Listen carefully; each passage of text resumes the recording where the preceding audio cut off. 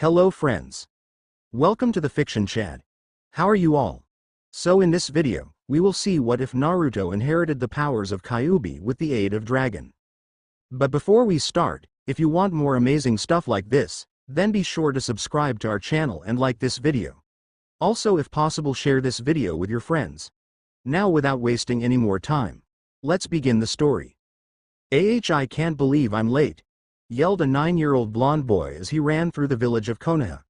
The boy was wearing a cream-white t-shirt and blue shorts and sandals. His name was Naruto Uzumaki, and it was his first day at the academy and he was late as could be. Shino Aburame, here. Shoji Akamichi, Munch, here. Sakura Haruno, present. Hinata Hyuga, here. Kiba Inazuka, here. Arf, Shikamaru Nara, Z's, here. Sasuke Uchiha, HN, here. Naruto Uzumaki, no answer came. Okay, I'll get back to him. Ino Yamanaka, present. And now, Naruto Uzumaki. Slam. Here, Naruto said after catching his breath. Well, Naruto, nice of you to make it in time. Since you're already here, you can introduce yourself. Naruto walked to the front of the class, took a big breath and said, well, more like yelled.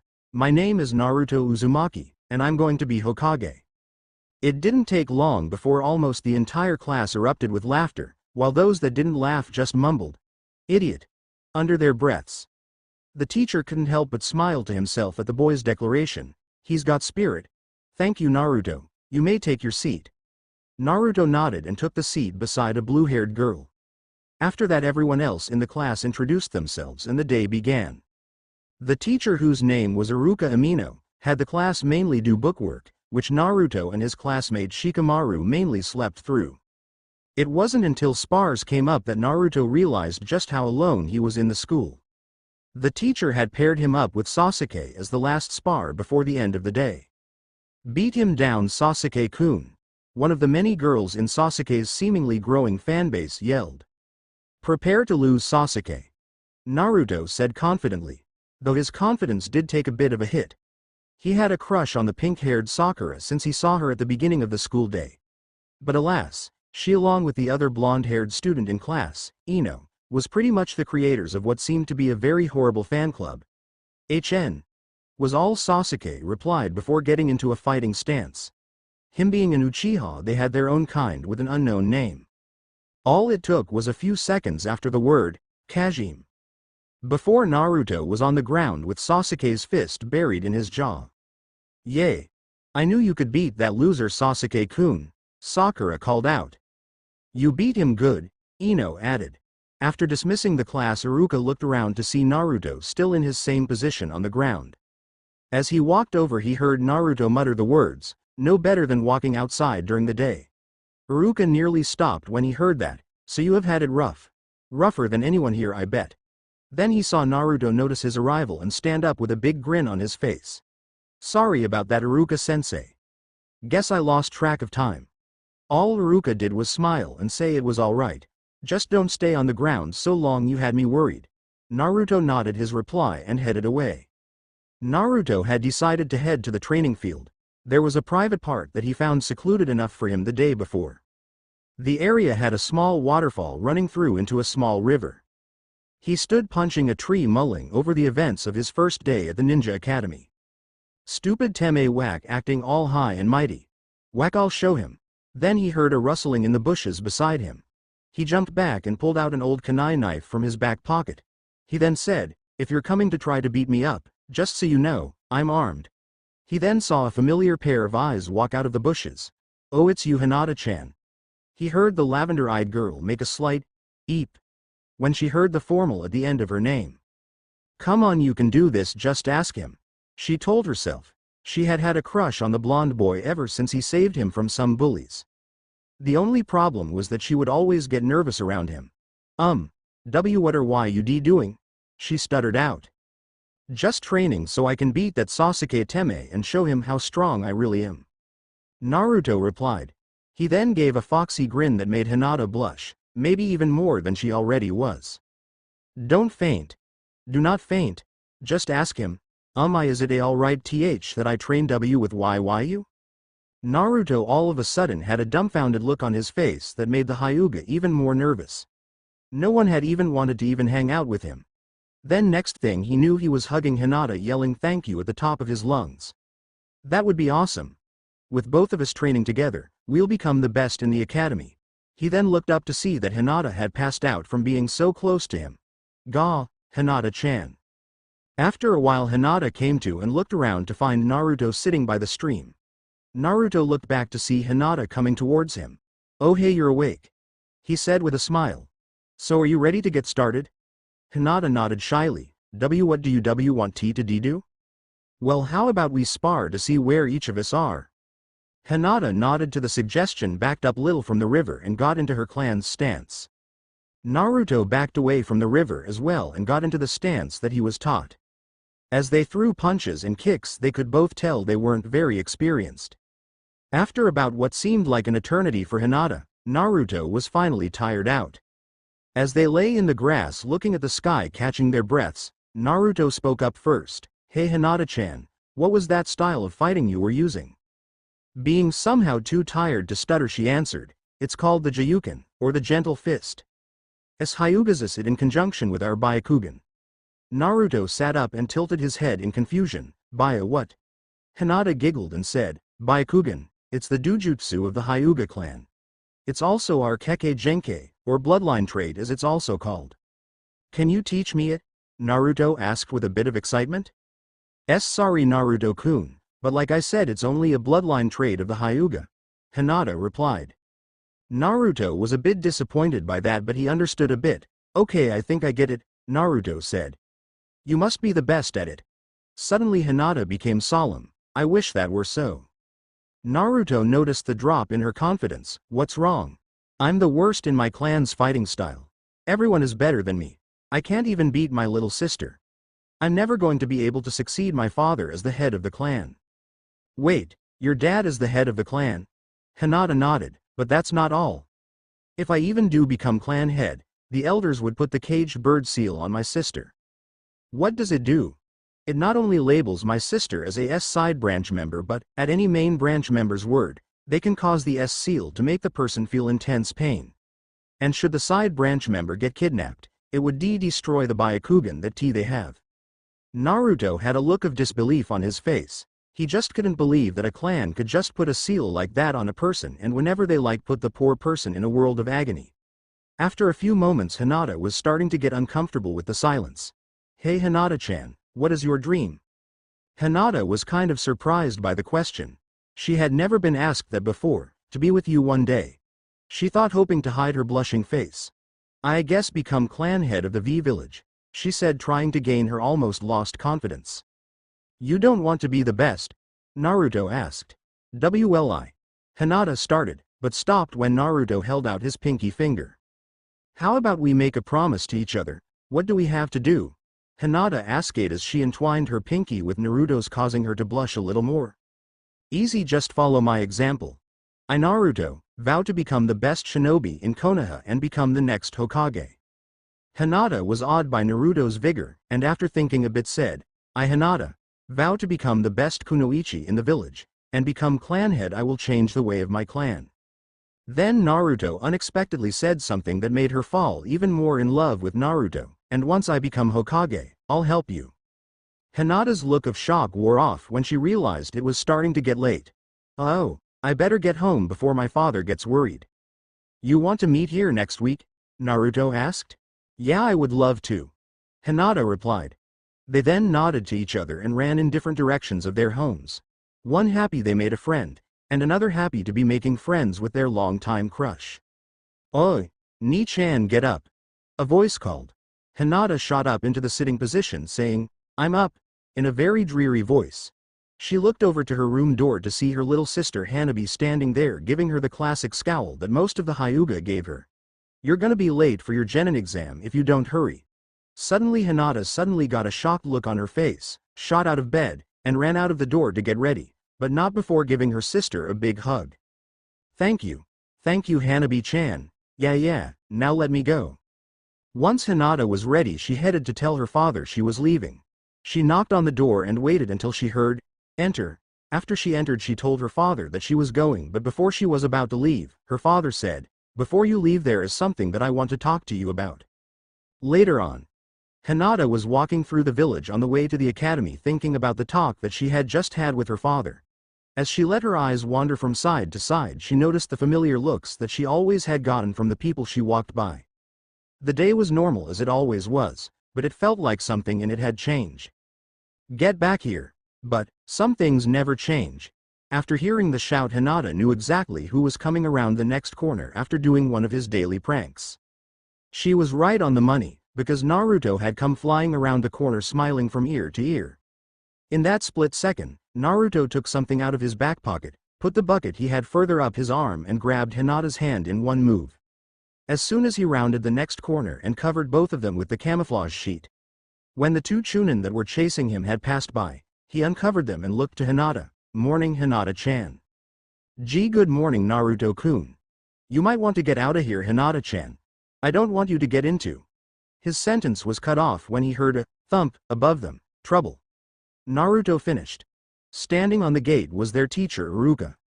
"Naruto," Iruka began. Wait.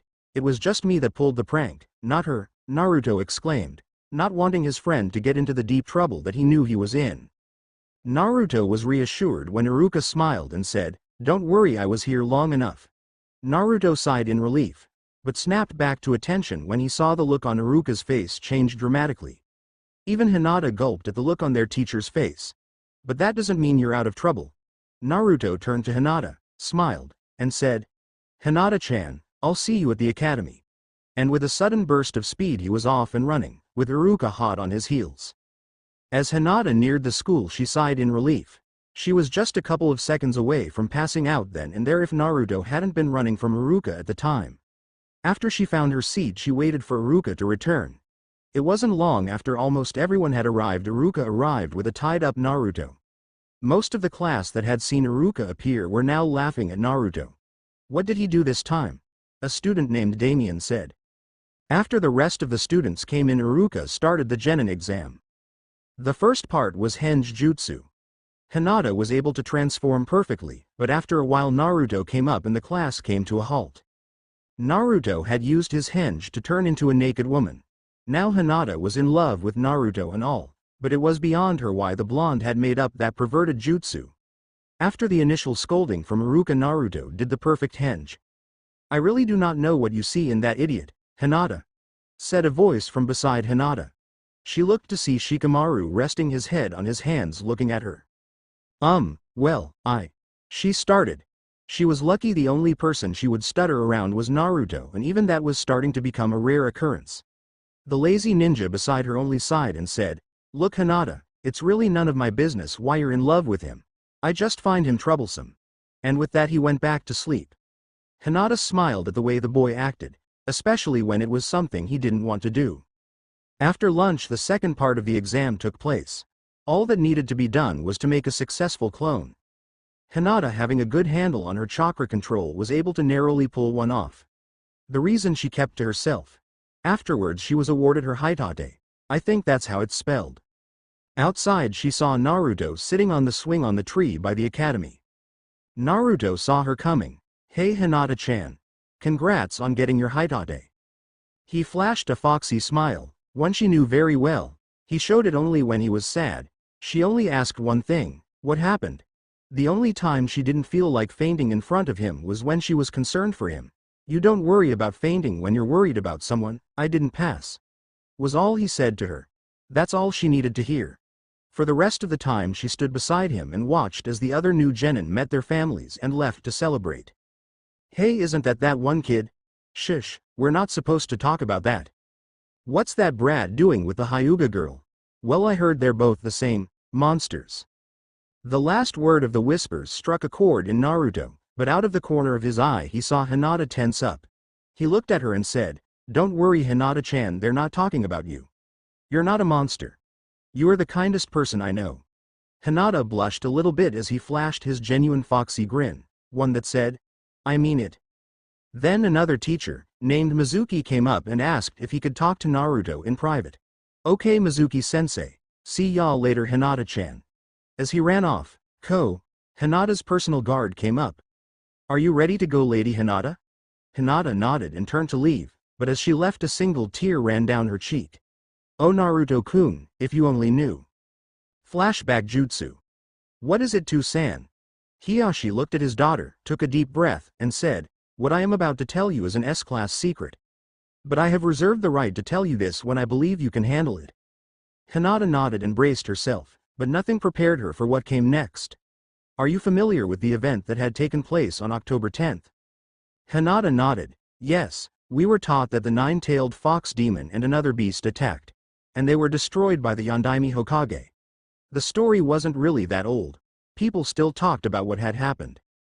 Hiyashi nodded. "Yes, the nine-tailed fox attacked along with another beast. But that beast was no mere demon. It was the Emerald Dragon." He paused as a look of shock mixed with confusion and intrigue crossed his daughter's face. The Emerald Dragon is known in legend as having power on par with that of the Nine Tails itself. But the part about the Yondaime killing the two beasts is wrong. Hinata's confusion doubled. "What do you mean?"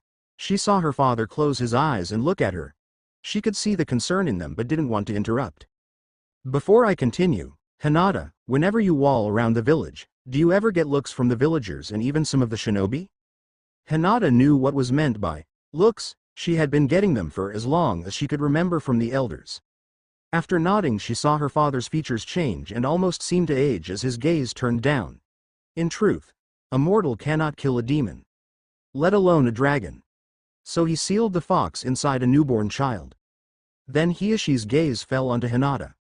Hinata somehow knew what was coming, but that didn't prepare her for this. "And the dragon was sealed inside of you." To say Hinata was shocked would be the understatement of the 12 years of her life she had known. It finally made sense. The reason why she always had to stay on her chakra control, the looks she had always gotten. It all just made sense now. "I don't blame you if you hate me, Hinata, but if it's worth anything, I am truly sorry. The Yondaime was going to seal both away within him and the boy, but I knew he wouldn't make it. But with some convincing, he allowed you to be the dragon's jailer." Hinata still had the same look on her face. "But know this. You are not a monster. You are Hinata Hyuga, my daughter who I love very much." After a few moments, Hinata straightened up, her eyes for the first time holding a bit of determination in them. "I don't blame you, San. If you hadn't, the dragon might have gone on to destroy Konoha." She then smiled and said, "Thank you for telling me, San. I will keep it a secret." Hiyashi nearly broke down, nearly. He still was a Hyuga after all. But he smiled, and after he left he thought to himself, "I'm surprised, she didn't ask me who the other child was. But I can tell, even though she put on a brave face, it will take a while for what I have told her to settle in. But I have faith in her. Just like you have faith in your son, huh, Minato?" Flashback release. As Hinata looked in the mirror at herself that night, she took a wet rag and wiped the outer sides of her eyes. She then moved aside her bangs that covered the sides of her face. "And here I thought it was just some weird skin rash," she thought to herself. But as she felt along the side of her eye, she knew that wasn't it. She had scales along the sides of her eyes. Then she activated her Byakugan. And just as she had thought, her pupils were slitted. They must have always been that way, because she had never really noticed. After getting to her room, she couldn't help but cry herself to sleep. She had held her feelings in all day. And before she fell into slumber, she couldn't help but feel that she was alone. But little did she know, a certain blonde heard these words that same night. Hinata was watching her two new teammates spar with each other. She was teamed up with Kiba Inuzuka and Shino Aburame, and their sensei was Kurenai Yuhi. The Hyuga and her sensei watched on as the two sparred, going back and forth. It had been a week or two since they had all been put into teams. When she saw Naruto come in the morning of their team setups, she was overjoyed. But when she found out that she wasn't going to be on the same team as him, her heart sank a bit. Flashback Jutsu. It was lunchtime, and as usual she sat by herself thinking as she ate, "Well, it might not be all bad. Not being on the same team might help me become a little more confident in my own skills, since I won't be able to train with him much." Then all of a sudden she heard the all too familiar, "Hey Hinata-chan," from behind her as her crush came and sat beside her. "Hey Naruto-kun," she replied, mildly surprised that she didn't eep when he called her. "So have you got to meet with your teammates yet?" Hinata shook her head. "No, not yet. It's too bad we're not on the same team. But we'll at least get to train with other people. Plus I get to show Sakura-chan how much better I am than that Teme Sasuke. Naruto chuckled a bit and held his arm like he was flexing a muscle inside the sleeve of his orange jumpsuit. The only thing Hinata knew to do was chuckle along with him, even though her spirits took a very nasty dive. Hey, maybe we could meet up and spar whenever we get a chance to see each other outside missions and all, the blonde added. Hinata nearly froze at the words. See each other, but managed to say, why yes, that would be great.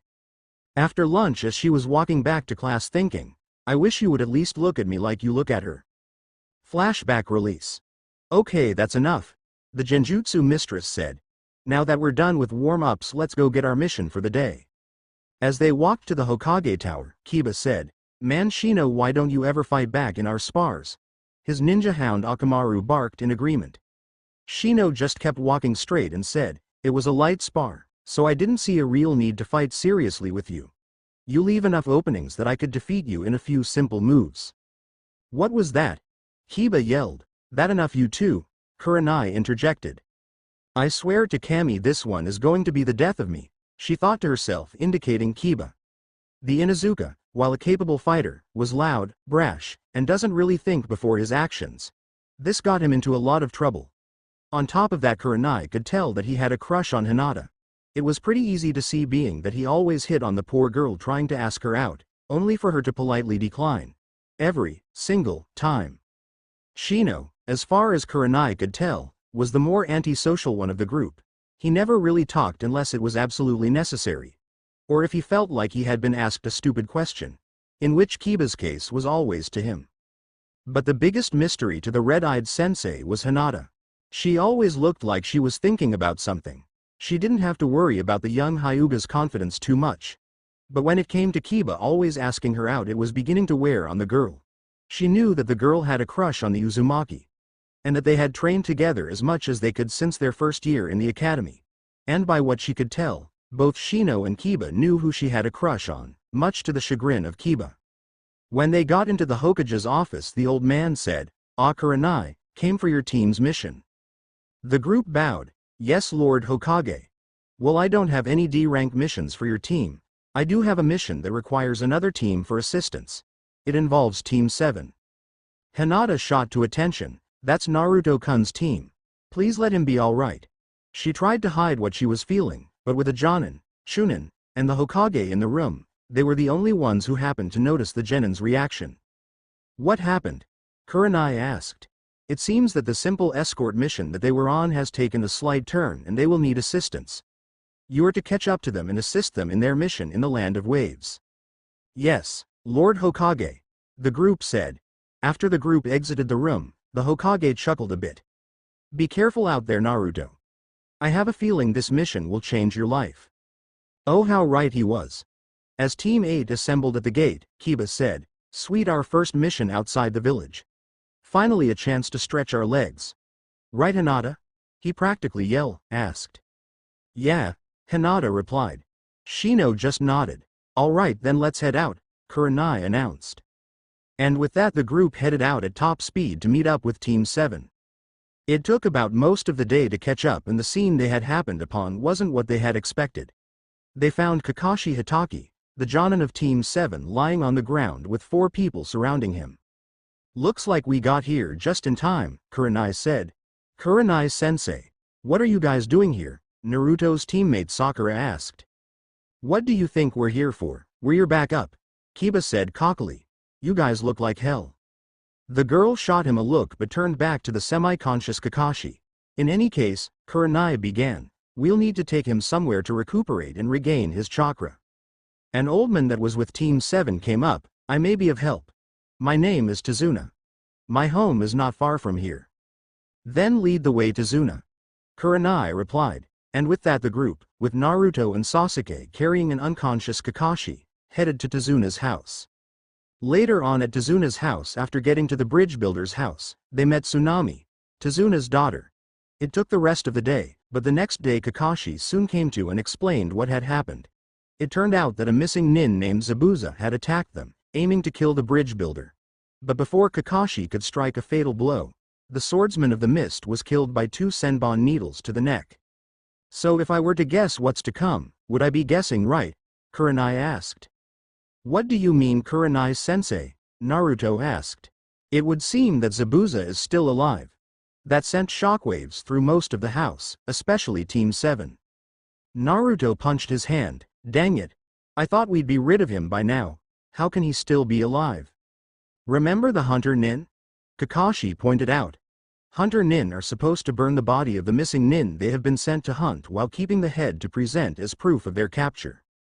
So what are we gonna do? Sakura asked. Both Jonin shared a look, and then looked back to the genin. Train. Naruto couldn't help but yell his excitement. Aw yeah, finally training. Hinata smiled at Naruto's antics. She had really missed him a lot. Though she tried to hide it her best, everybody in the room noticed, save for Naruto. As they walked outside and into the forest, Kurenai asked Kakashi, so, how is your team? Kakashi sighed and said, well, Sasuke is the strongest of the group but he's a loner. Sakura is more interested in Sasuke than training. And Naruto is, well, Naruto. Kurenai chuckled a bit. Well, what is your team like? Kiba is hot-headed, Shino is silent unless most necessary, and Hinata seems a bit more or less shy. Kakashi nodded. As they finally came to the spot they were heading to. It was far enough from the house that it won't get caught up in any training that they assign, but close enough that they would be able to get to the house should something happen. Now let's get started. Today we will be working on your chakra control.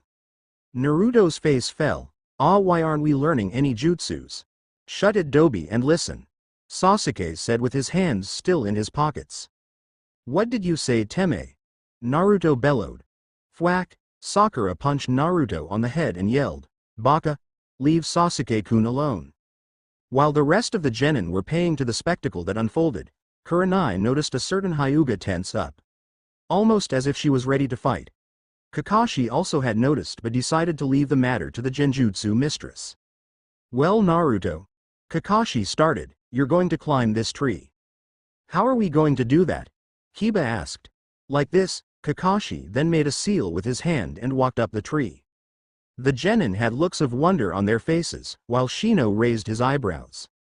Then Kakashi threw a kunai down to each of them, and after Kurenai explained on how to mold their chakra, the genin got started. Sasuke and Kiba got a few steps before falling back down. Naruto only got 2 steps in before falling on his back. Shino made it a third of the way to the top, while Sakura made it to the first branch and stopped. It was then Hinata noticed that she was still on the ground watching the others. I guess it's your turn, huh, Hinata? Naruto joked. He then felt a jab to his arm. Ow, what was that for? Leave her alone, Naruto. She doesn't need you bothering her, Kiba yelled. Okay, sheesh. I was just joking. Naruto yelled back. Then he walked up to Hinata. Sorry about that, Hinata, I didn't mean it. Hinata just smiled and said, it's okay, Naruto-kun. I know you were joking. She then proceeded to walk up the tree. All the way up the tree. Well, it seems you have your own prodigy, Kurenai, Kakashi said. What do you expect, Kakashi-sensei? Naruto said with a big smile. Hinata always has to keep up on her chakra control most of the time.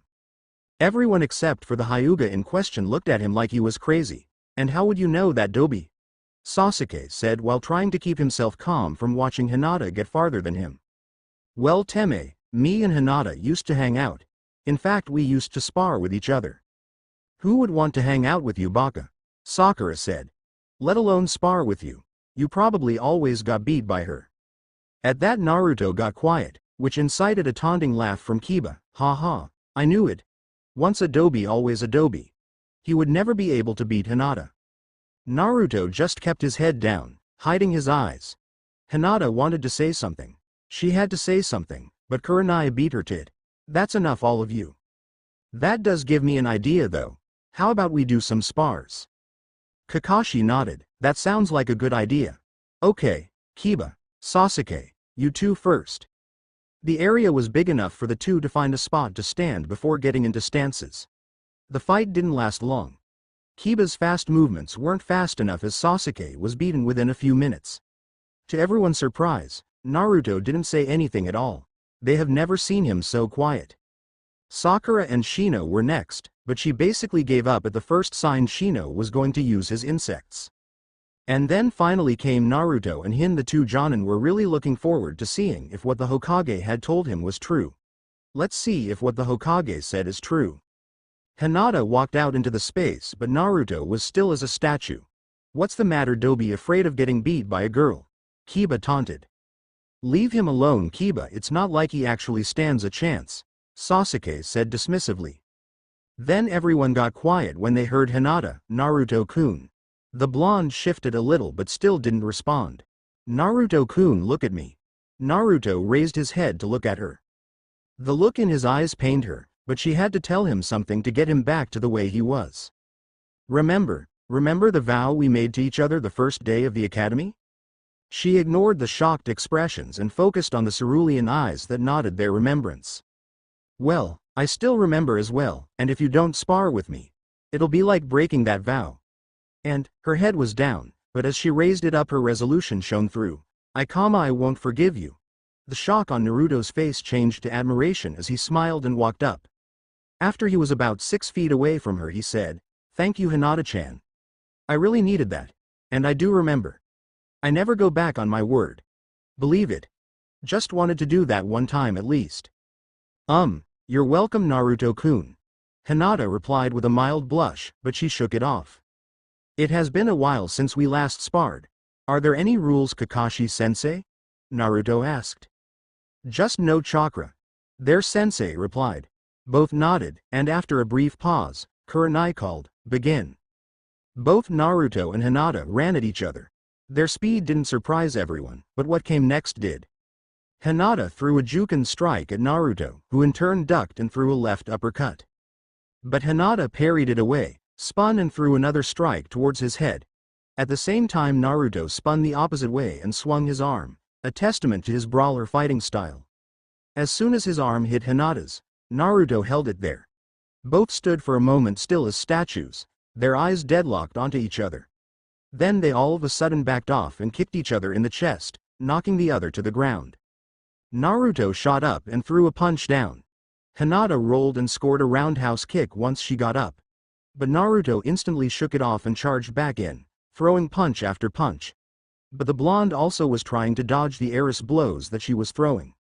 While all this was going on, the other genin stared in awe. They knew Hinata was the top of the class in taijutsu, but to see the proclaimed dead last going toe-to-toe with her. Is this happening? Sakura said. She along with the rest of the genin stared wide-eyed. Well, you could say Shino's eyebrows were raised. Naruto is going matching Hinata move for move, the beetle user said. That's impossible. Naruto must be cheating or something, Kiba bellowed. Sasuke almost felt cheated. The dobi of the class was keeping up with the Hyuga girl. Not only that, but landing hits. Had he been holding back? He gritted his teeth in frustration. He told you, didn't he? Kakashi chimed in. Remember, he did tell you that he and Hinata used to train together since the first day of the academy. But he's the dobi of the class. He shouldn't even be able to land a hit on her, Kiba exclaimed. That actually makes sense though, Shino said, getting everyone's attention. What do you mean?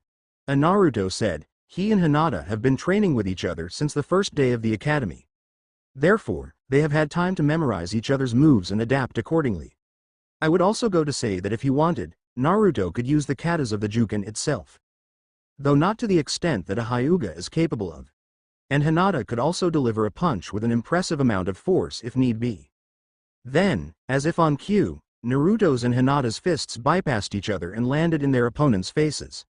The force of the blow knocked the two away as they sprawled out on the ground.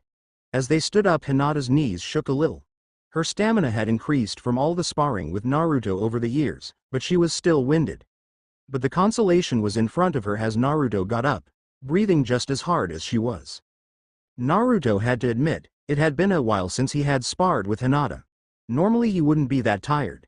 Man, he was slacking. You're getting rusty, Naruto-kun. He heard the brunette say with a smirk on her face. He recognized that one. The only time she ever really smiled was when they were sparring after he had gotten her to open up.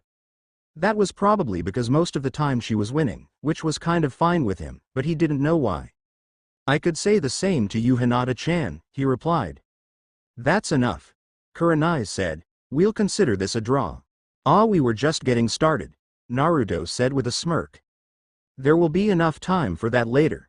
The Genjutsu mistress replied.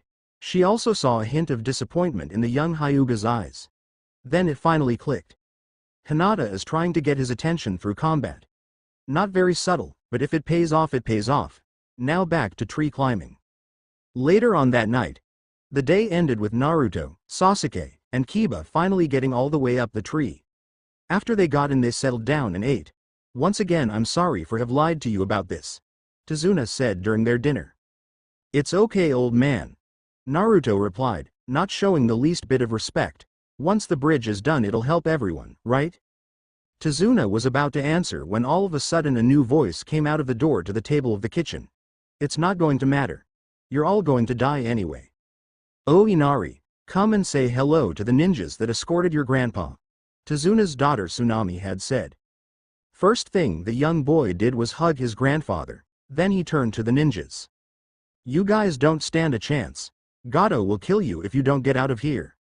Naruto scoffed, like I'm afraid of an old midget. Gato is no joke, kid, Tazuna said.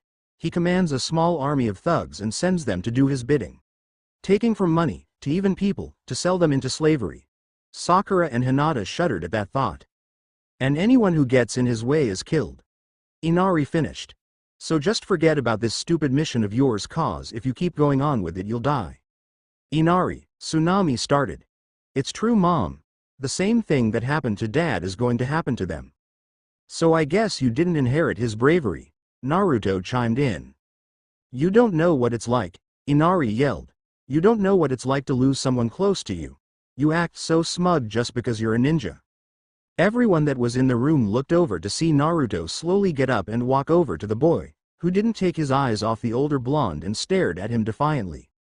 Then all of a sudden Naruto smacked his hand on top of the boy's head, causing Sakura to yell, Naruto. But she felt Sasuke grab her arm and looked down to see him shake his head for her not to interfere. Sasuke knew the reason why Naruto had did what he did. He understood what the boy was talking about, but he did not have to blatantly insult them to get his point across. Now listen to me, you little snot. Have you ever been blamed for something that you didn't? Have you ever been beaten up because the kids you tried to play with lied on you? Have you ever been treated so badly and hated for a reason that wasn't your own? Have you ever laid in your bed wondering where your parents were? Wondering if they abandoned you or not? The boy stayed silent. Naruto let up a little so the Inari's eyes met his. I didn't think so. Now I may not know what it is like to lose someone, but what I've been through is just as bad. I may not have anyone, but you don't see me crying about it. So unless you actually want to help, I suggest you stay out of our way. He then took his hand off of the boy's head. We don't need any deadweight holding us back. The sheer tone of Naruto's words permeated throughout the room like the hidden mist jutsu. As Inari tensed up, Naruto turned to walk out. He stopped to push his seat in and bowed to Tsunami. Sorry for my outburst. Thank you for the dinner, Tsunami-san. And with that he walked to the door. He stopped as he got there and turned his head, saying, You're lucky you know that. At least you still have a family. And then, he walked out into the woods. The house was silent for a few moments before Hinata broke the silence. I'll go after him. She looked to Kurenai, who nodded, and after thanking Tsunami for the dinner she walked out to look for her crush. What did Naruto mean by what he said? Sakura asked. Naruto is an orphan. He's pretty much had only himself for most of his life. He must have had it rough. Tazuna replied. Many would say that. Back in the village he used to pull pranks. Most likely that was just to get attention. Kakashi then turned to Inari, who was still standing there. I know he seems a bit brash, but what he is saying is correct. We will protect your grandfather from getting hurt, and that is a promise. Inari raised his head, his eyes filled with tears, nodded and walked back into his room. The rest of the time was spent in silence as Kakashi volunteered to wait for Naruto and Hinata. In the forest. As she walked through the forest, Hinata heard a low thumping that started to get louder. She found Naruto punching a tree. It had become a habit of his to get his frustration out. He heard Hinata walk up but kept punching it. His hands were bloodied from hitting the tree. But then all of a sudden he felt a weight on his back. he looked down to see the cream-colored arms of a coat wrapped around his waist. "I'm sorry you feel like this," he heard the Hyuga say. "It's not your fault. I'm the one that ruined the dinner," he said, chuckling slightly to himself. He turned to Hinata as she let go. She looked down at his hands, and to say the least they were messed up. "I can fix those," she said as she reached into her coat and pulled out a brown container and some bandages. After wrapping Naruto's hands, he thanked her. As they walked back, a realization suddenly hit Hinata. I had been hugging Naruto-kun. And for the first time in a long time, Hinata was blushing. "Hey Hinata, are you alright?" Yeah, I'm fine heh. Thank goodness it's dark out." Later on, Hinata and Naruto talked as they walked back in. "Are you sure going to be alright, Naruto-kun?" "Yeah, I'll be alright," the blonde said before smiling. "That's good to know," said Kakashi out of nowhere, nearly scaring the youths. As he walked off he said, "You're gonna need that energy, so rest up. We have at least 6 days left." "Before what, Kakashi-sensei?" Kakashi turned back to them with a serious look in his eye. "Before Zabuza returns." The rest of the week had gone by in an almost flash. Both teams were taking turns watching over Tazuna as he was building the bridge. The last day before the aforementioned return of Zabuza and his masked partner had ended with Shino, Naruto, and Hinata taking the day off with Kurenai watching over them. Kurenai was having the genin hang on the branch upside down for 5 minutes with their chakra to further help their chakra control. Reason being it helped them keep their concentration from falling on their heads. Hinata naturally had been able to do it on the first try, followed by Shino. But Naruto on the other hand, bam, not so much. "Naruto-kun, are you all right?" Hinata asked frantically, running over to see if the blonde was okay. "Yeah, I'm all right. I'm used to it." Naruto got up and walked back up to the branch that he was on. Hinata was still worried about Naruto getting hurt until her teammate came up and offered some words of encouragement. "You shouldn't worry about him. He will be all right," Shino said, trying to raise his partner's spirits as best he could. "I may not know him as well as you, but I can tell you care greatly for him. So just believe in him and he will be fine." With that comment in mind, Hinata smiled and nodded. "Naruto-kun, we're going back. Be careful." Naruto just flashed his big grin and said, "Don't worry about me, Hinata-chan, I'll be okay." Then, not again, bam. Hinata just chuckled to herself, knowing that her crush wouldn't give up until he was able to stay at least the 5 minutes. Later on, Naruto came in and went straight to bed, passing out in the process. The next day, Naruto was running through the forest as fast as his legs could take him. He had the sinking feeling it wasn't going to be a good day. He had acquired a sixth sense about it as a kid, and it was sending signals like wildfire, spider sense, tingling. Lol, sorry if that's a bad joke. He woke up late to find that the others were gone, beat down 2 of Gato's thugs, and it turned out that the tyrant stopped trusting Zabuza, and probably planned on killing the missing nin, his accomplice, Tazuna, and them all in one go. And that all led down to this point, but first things first, he had to save his friends. Please let me not be too late. Back at the bridge, the group had split up. Kakashi and Kurenai were taking on Zabuza, while Hinata and Sasuke fought off his accomplice, Haku, leaving the others to guard Tazuna. Things had gone from bad to worse when Haku activated her bloodline trait, and created a dome of ice mirrors around the 2 Dujutsu users. Haku's speed was intense enough that the genin could barely keep up with the ice-style user if at all. Which ended with them getting Senbon embedded in them, and when they were not looking, the ice-style user was about to finish them off. And wouldn't you know it, Naruto made it just in time, scoring a hit on the fake hunter nin. "Sorry I'm late. Naruto Uzumaki is here." The Jonin allowed themselves a smile while all but Hinata frowned.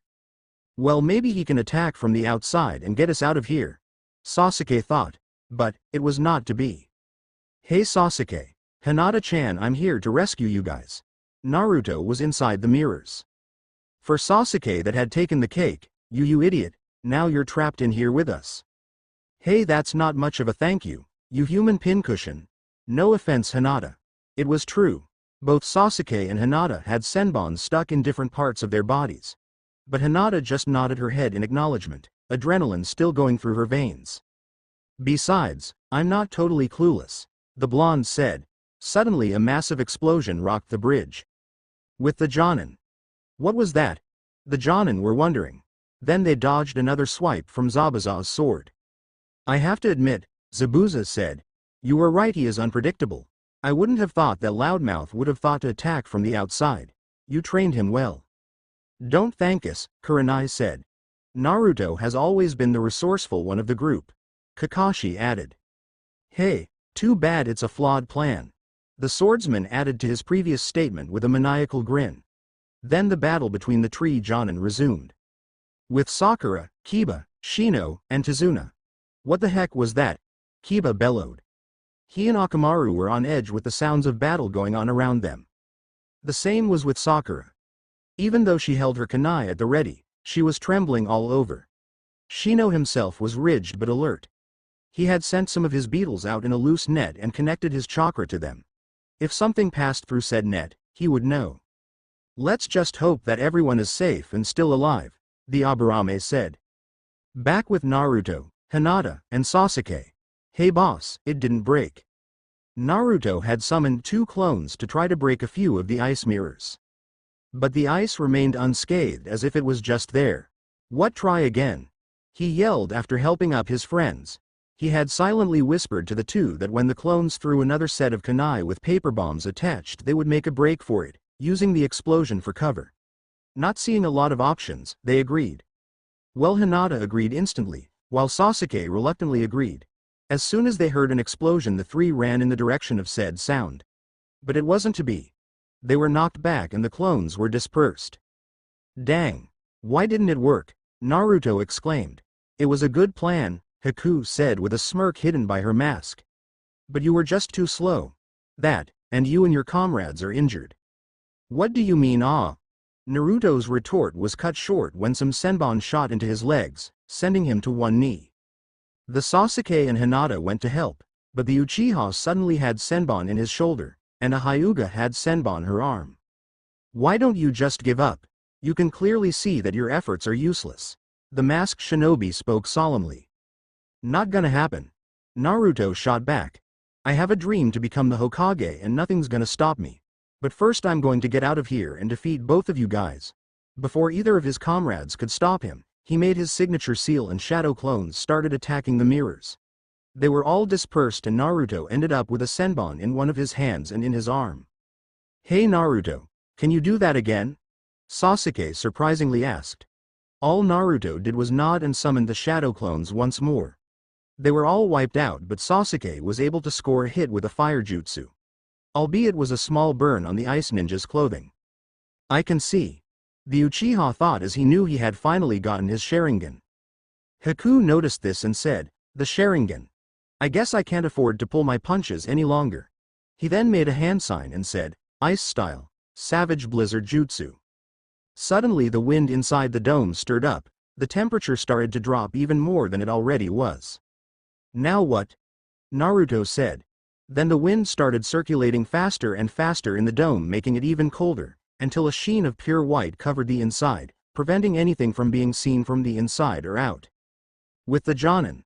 So Haku decided to use that jutsu. She must have been pushed into a corner or she cannot wait any longer. Zabuza thought to himself. Be careful Hinata, Kurenai thought, clearly feeling the spike of chakra. Back in the Dome of Doom, Sari just had to. The 3 genin were looking around in the white space until Hinata felt something cut her arm. She looked down to see the sleeve of her jacket with a cut in it. She then heard the boy's grunt in pain. Naruto had a cut on his cheek while Sasuke had a cut on his leg. Then out of nowhere the blizzard picked up to a point where it suddenly yanked into midair. The next thing they felt was pain. With the other genin. Their cries ripped through the air as they were tossed around the savage storm of cuts. Everyone on the bridge could hear the carnage going on. Kiba wanted to help, mainly Hinata. But Shino stopped him. Sakura was trying to block out the cries with little effort as tears started to well up in her eyes, thinking about how hurt her Sasuke-kun was getting. Then suddenly the cries stopped, and there was silence. The only sounds that were going on were the Jonin fighting. The other genin were suddenly on edge, ready for anything that was coming from either side. Suddenly, it happened. Zabuza appeared in front of Sakura. And then the sound of metal breaking flesh, followed by Sakura's scream. Inside the crystal ice mirrors, Sakura, she's in trouble. Naruto tried to get up, but he, along with his teammates, were covered in all manner of ice weapons. The group was hit with ice shuriken, snowflakes turned shuriken, icicles, ice senbon, and even regular senbon. And on top of that, what didn't manage to hit them cut them. The only thing the group could register was Pain. He looked up to see Hinata on her knees, trying to stand and getting a snow shuriken out of her shoulder. Sasuke was on all fours but slowly making his way to his feet. The fake hunter Nin was starting to tire. I spent a lot of chakra on that jutsu. He then looked to see the Uchiha and Hyuga making it to their feet, but the blonde was still having trouble. It pained Haku to do attack like she was, but even though she found the blonde to be loyal to his friends and have a shining future ahead of him, she had no choice. She had a duty to Zabuza, and that was above all else. I'll have to end this now. As Naruto raised his head, his eyes locked on Haku, and somehow, he knew what was going to happen. Haku would attack him to incapacitate him, but actually attack the others as they would go to his aid. Then suddenly, as if time slowed down, his fear played out. No, I can't let that happen. Move, move, damn it, move. His legs sprung to life as he shouted, Shadow Clone Jutsu. The next thing his friends saw was Haku on the ground, and Naruto in front of each of them. Hinata looked over to see the Naruto in front of Sasuke poof into smoke. Sasuke then looked over as Naruto said, Hey, Hinata-chan, why you okay? Sasuke was shocked to say the least. He never expected the dobi of the class to jump and save them. He wanted to say something, but one look at Naruto and it spoke volumes. The fox container had senbon all on his front, and 3, in his neck. The look in his eyes, he could tell what was going to happen. Naruto was about to die. No, no, no, no, Hinata said to herself as she caught the falling blonde. Please be a nightmare, please be a nightmare. Hey, Teme, make sure you take that guy out all right? Naruto said as he looked over to Sasuke. All the Uchiha could do was nod and swiftly attack the fake hunter Nin, trying to hide his tears. He may have not liked Naruto, but he had respected him as even a rival. And seeing a comrade go down was not something he had wanted to happen, not this early, perhaps not at all. Naruto, please be all right. Hinata choked out, trying her best to hold back tears, but it was in vain. Her words were just that, words. No meaning in them. I'm sorry, Hinata, but I think I'm done. Naruto then coughed up a bit of blood. Some of it splattering on Hinata's face. Sorry about that. Hinata just shook her head and smiled weakly, trying to hide her growing panic. It's okay. Remember the promises we made? Hinata nodded, not liking where this was going. I don't think I'll be able to keep it for you. It's okay, Naruto, it doesn't matter, but it does cough to me. Then out of nowhere tears started coming from Naruto's eyes. That was it for Hinata. Seeing the one person who became her friend on the first day of the academy just start crying, even though they had the strongest will known around the Leaf Village, just did that to her. I'm sorry, I'm so sorry, Hinata said between her own sobs. Hey, I should be the one apologizing, Naruto retorted weakly. I couldn't even keep my promise to you. You were the only person that had faith in me that was my age, and I'm glad I got to know you. He then shakily put a hand on her cheek, which Hinata tearfully took. You were the first friend I ever had. You were my best friend. Hinata was frantic, but she didn't know what to do. What was there to do? I guess maybe you could become the next Hokage, right? Hey, Naruto's voice was fading. Hinata wouldn't move even when she heard Sasuke hit the ground unconscious. Has a nice ring to it, don't you think? He flashed his trademark grin as he looked up at Hinata. Hinata, the first female Hokage. The light from his eyes was gone. The last thing he said to her was, Hinata, whatever you do, never give up, all the while his hand slipped out of Hinata's grasp and fell to the ground. Wide-eyed Hinata looked at Naruto. He almost looked as if he was asleep, a light smile on the blonde's face, but he wasn't. He would never wake up. Naruto, Naruto, Naruto. Hinata's cry ripped through the bridge. She couldn't believe it. He was gone.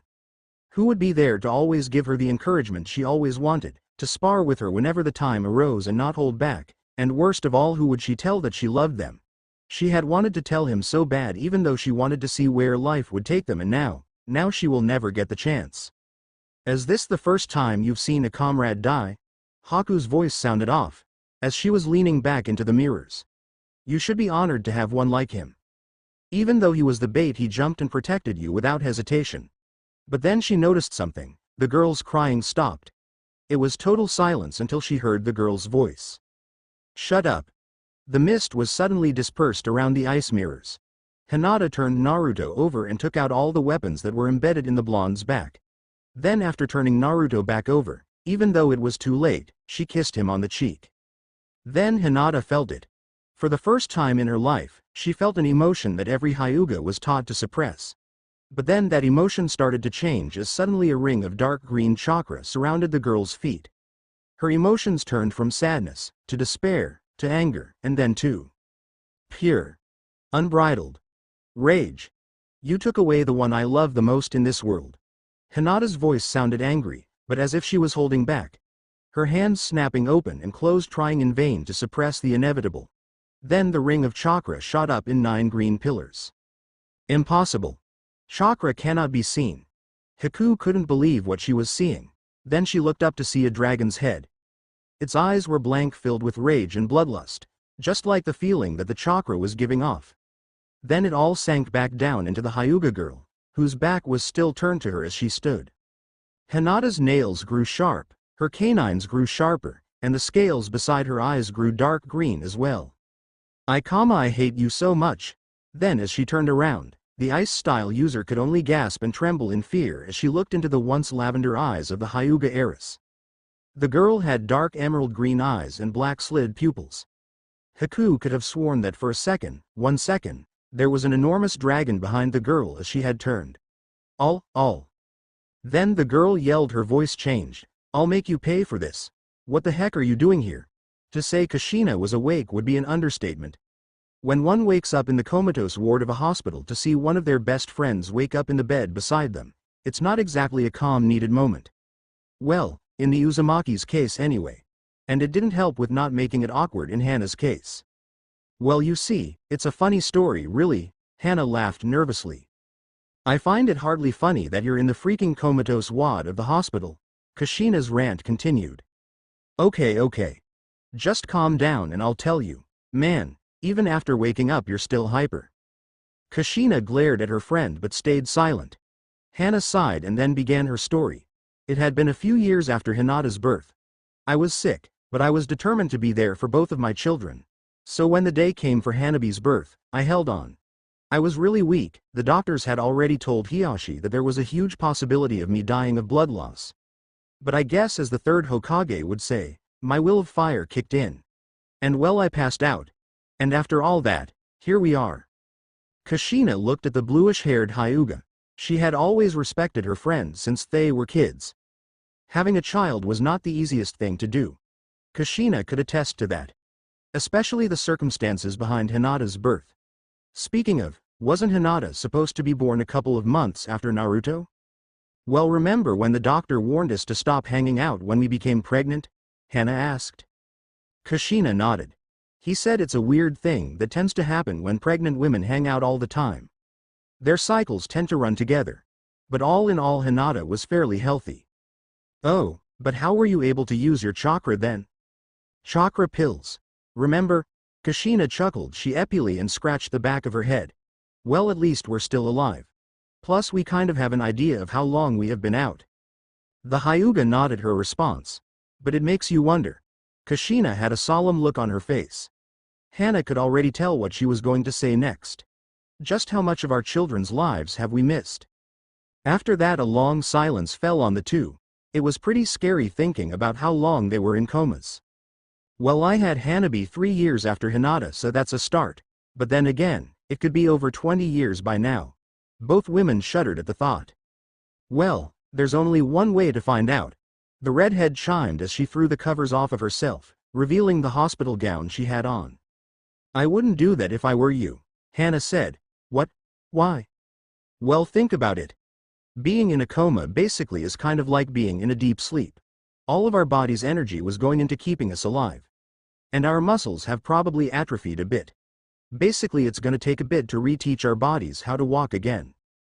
Kushina scoffed as she swung her legs over the side of the bed. Come on, Hana, how hard could it She was cut off as she hit the ground, muffling the word, "be" afterwards. Hana was having a hard time trying not to laugh at her friend's expense. "Need some help, Kushina?" she asked between snickers. Kushina sat herself up a little and said, "Shut up, Hana." Hana then shook her head and closed her eyes, looking for her chakra, and after finding it, sent it through the muscles in her legs and her body and back, making sure that when her feet hit the floor she would stand. And stand she did. Just concentrate chakra through your legs and stand up. Slowly. Right. The redhead huffed. It was only a minute or two before Kushina was standing as well. That was easy, she cheerfully said, making her friend sweat drop. Luckily for them, their hospital gowns were just that, gowns. All that was left was to check themselves out. Both women were either thinking, "I hope we don't scare anybody," or, "We are so gonna give the nurses a heart attack. He. Take a wild guess." After doing a few test steps, Hana then turned to walk to the door, but found Kushina heading towards another bed surrounded by a curtain. "Kushina, what the heck are you doing?" "What, I'm just curious." "Curious my ass, don't do that." "Don't worry, I'm just taking a loo." Kushina's voice dropped off once she pulled back the curtain. Kushina, what is it?" Hana walked up and gasped once the person in the bed's face could be seen. There was silence until they heard a voice behind them. "So I see you have finally awakened." Both women spun around to see none other than the third Hokage himself standing at the door. Still shaken by what she had seen, Hana spoke first. "Is that who we think it was?" Sarutobi solemnly nodded. "A lot has happened since you two were in a coma. I will have some clothes brought to the room. Then just knock on the door and the Anbu will bring you here." The women nodded and Kushina slid the curtain closed again. After their clothes came and they were dressed, soon enough they were in front of the Hokage. He explained everything that happened after they went under. But the women held their composures, only changing expression at different things. And after he was done, the women started. "Okay. About our kids," the Hokage braced himself. "You what?" Both of the women's voices were so strong that even with the silence seals on, the building shook. "You left my boy at the mercy of the population without even someone to care for him? And you left my daughter at the mercy of the Elder Council? Now ladies, please calm down." "Calm down? You want me to calm down?" The building was shaken once again. "Yes, that would be nice." Luckily the Hokage had seals over his ears and activated the ones in the room. "I would have you know that both Naruto and Hinata have both become genin. Plus they are very strong. A lot stronger than the other genin give them credit for." The two angry mothers suddenly perked up at their children's well-being. "What do you mean?" "When they met after the first day of the academy, those two have been training with each other in secret." The smiles on the moms' faces gave Sarutobi enough cue to continue, and it seems even before that Hinata has had feelings for the young lad. Though I don't know if Naruto can tell that. Hinata seems to be trying the more direct approach. I dare say that her being with Naruto as much as she has made her a bit bolder. It probably won't be very long before the boy notices. Hana then started chuckling while Kushina started muttering something along the lines of, "Just like his father." "You know, Kushina, didn't I bet you that one of our kids would probably end up liking the other?" The redhead cringed. "Yeah." Hana got a devious smile on her face. "You owe me cinnamon buns." "How you can remember that bet after so long?" "Easy, we're not in a coma anymore. Plus it was the only time I got to see my husband sweat a little." What were his words to Minato? "If our kids turn out like our wives and then they have grandchildren." Hana then started laughing as she continued. He couldn't even complete the sentence. "Ha ha ha ha ha." Yeah, Minato's face was priceless. "Well, if that is good news, I have more then." The Hokage interrupted, glad to have the women's wrath abated and catching their attention. They should be arriving back in the village any moment now. It would certainly be a welcome surprise for the two to find you two alive and well. The two women looked at each other, then at the old man in front of them. "What's the plan?" "Outside in the village." "Ah, it's good to be back in the village. I really missed it." Our favorite blonde Jinchuriki yelled as his and Hinata's team were walking to the Hokage tower. "Must you be so loud, Dobi? Before we left on the mission you were excited to leave the village." Naruto's teammate Sasuke said to him. "What, I'm excited, I can't help it. You should try it," Naruto replied. "If everyone got excited as you did, nothing would get done." "What was that TEME? Then. Bam!" Naruto found himself face first in the ground. Courtesy of Sakura. Don't you talk to Sasuke like that baka. Hinata cringed at the scene, really wondering how Naruto could have a crush on her. Unbeknownst to her though, Naruto was thinking the same thing. She walked over and helped him up from the ground and the group continued on. Hinata and Naruto pulled ahead forward a bit to talk, ignoring the glares and looks as they passed. "Hey Naruto-kun, can I ask you something?" the Hyuga asked. "Yeah, sure. Why do you like Sakura so much?" Now to say the least, Naruto was surprised by Hinata's question. She never really asked about his team, neither did he about hers. But somehow that question got him thinking. "Hinata, are you jealous?" Naruto had a sly smirk on his face while Hinata started to go a little pink. "And no," she stuttered out, quickly gaining her composure. "It's just that you go after her so much and all she ever does is knock you upside the head whenever you get in Sasuke-san's face about something." She then looked over to Naruto out of the corner of her eye and saw her friend's face. It was full of thought. "Plus, has she ever really praised you for something good you've done?" Okay, that one came out a bit on the harsh side, but it did have to be said. "Sorry."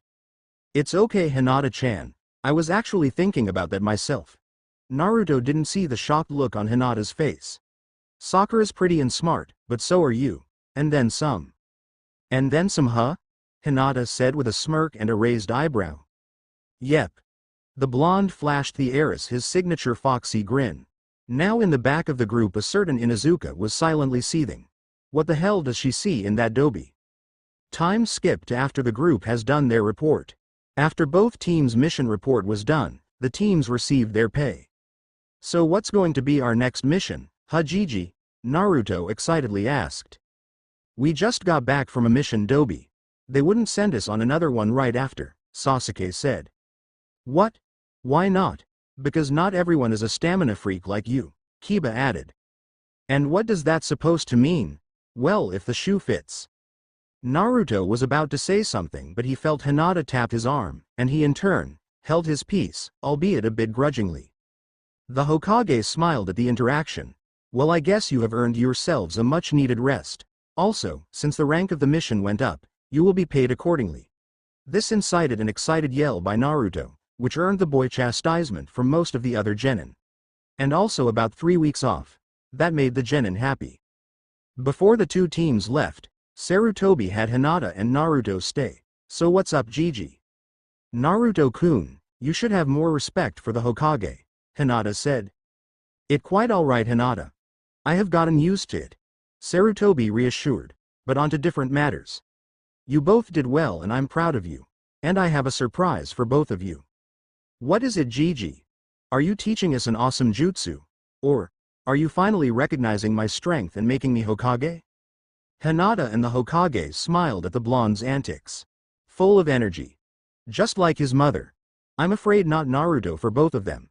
But this will change your life nonetheless."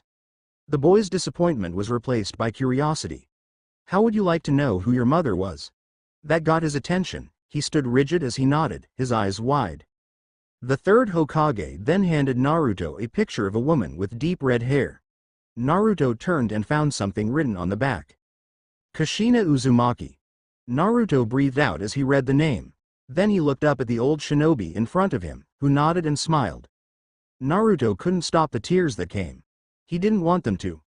Finally, even though it was only his mother, it answered a good amount of major questions in his life. He felt Hinata hug him and looked to see her a little teary-eyed herself. "I'm so happy for you Naruto-kun," Hinata said to the weeping boy. The old Hokage let the kids calm down a little before he gave them their next surprise. He then handed the two another picture. This one had two women, Kushina, and a woman Hinata instantly recognized. "That's my mother." The Hokage grunted a happy reply. Yes, they were best friends. The two genin just looked at the picture, amazed that their own moms were friends. "Hey, just like us huh Hinata-chan? Yeah. I wonder how they became friends." "Well, why don't you ask them yourselves?" Hiruzen added in. The two kids looked at him in confusion, but when he pointed behind them and they turned around, they felt as if their whole world stopped. In front of the two children were their mothers. It was only a few seconds of blank staring before the two moms found themselves being hugged by their children. "Why, you're real. Naruto's voice managed sound from the folds of his mom's dress. Hinata was too busy crying, just happy that her mom wasn't gone as she thought. As for Naruto, it seemed even better than getting the picture, and nothing, absolutely nothing, in this world could make it better. Oh, how wrong he was. After both kids had calmed down, both Naruto and Hinata stood by their parents with looks of pride they've never had before. And even though it was childish, Naruto's hand was in his mom's. But if one were to have went through what Naruto had, they would have done the same thing. To be honest, I would have. Would I be right if I asked if you two wanted to spend your break with your mothers? The Hokage asked, getting an immediate response from the two genin. Well, actually, I have an idea. Kushina spoke up. Then she looked at Hana, who had a smirk on her face, and nodded. Both turned back to the Hokage and said, I humbly wish to train my son, daughter. And to the genin's further surprise, the Hokage said, yes, you may. Now this, once again, shocked Naruto into silence. Now not only was his mom alive, but she was going to be training him. There were only a few words that could describe how it felt. This is awesome. No. Most of the people in the room laughed, even some of the Anbu chuckled. But Kushina was a little mortified. Oh great. He picked up my bad habit. Don't worry, Kushina-san. This would be the first time in a while that he has said it in a long time. Hiruzen spoke up. Now let's talk about how we are going to do this. The Hokage had just came up with a plan, and, to Naruto at least, this was going to be the best prank ever. Naruto was lying down on the handrail of the small bridge where he was to wait for his sensei. He had folded up the top portion of his jumpsuit and used it as a pillow while he now wore his headband around his neck while he napped. It had been a pretty eventful few months for the boy. The time spent training with his mother was definitely not wasted. His hyperactive tendencies had died down a little, and it seemed that he almost had what you would call a sense of peace.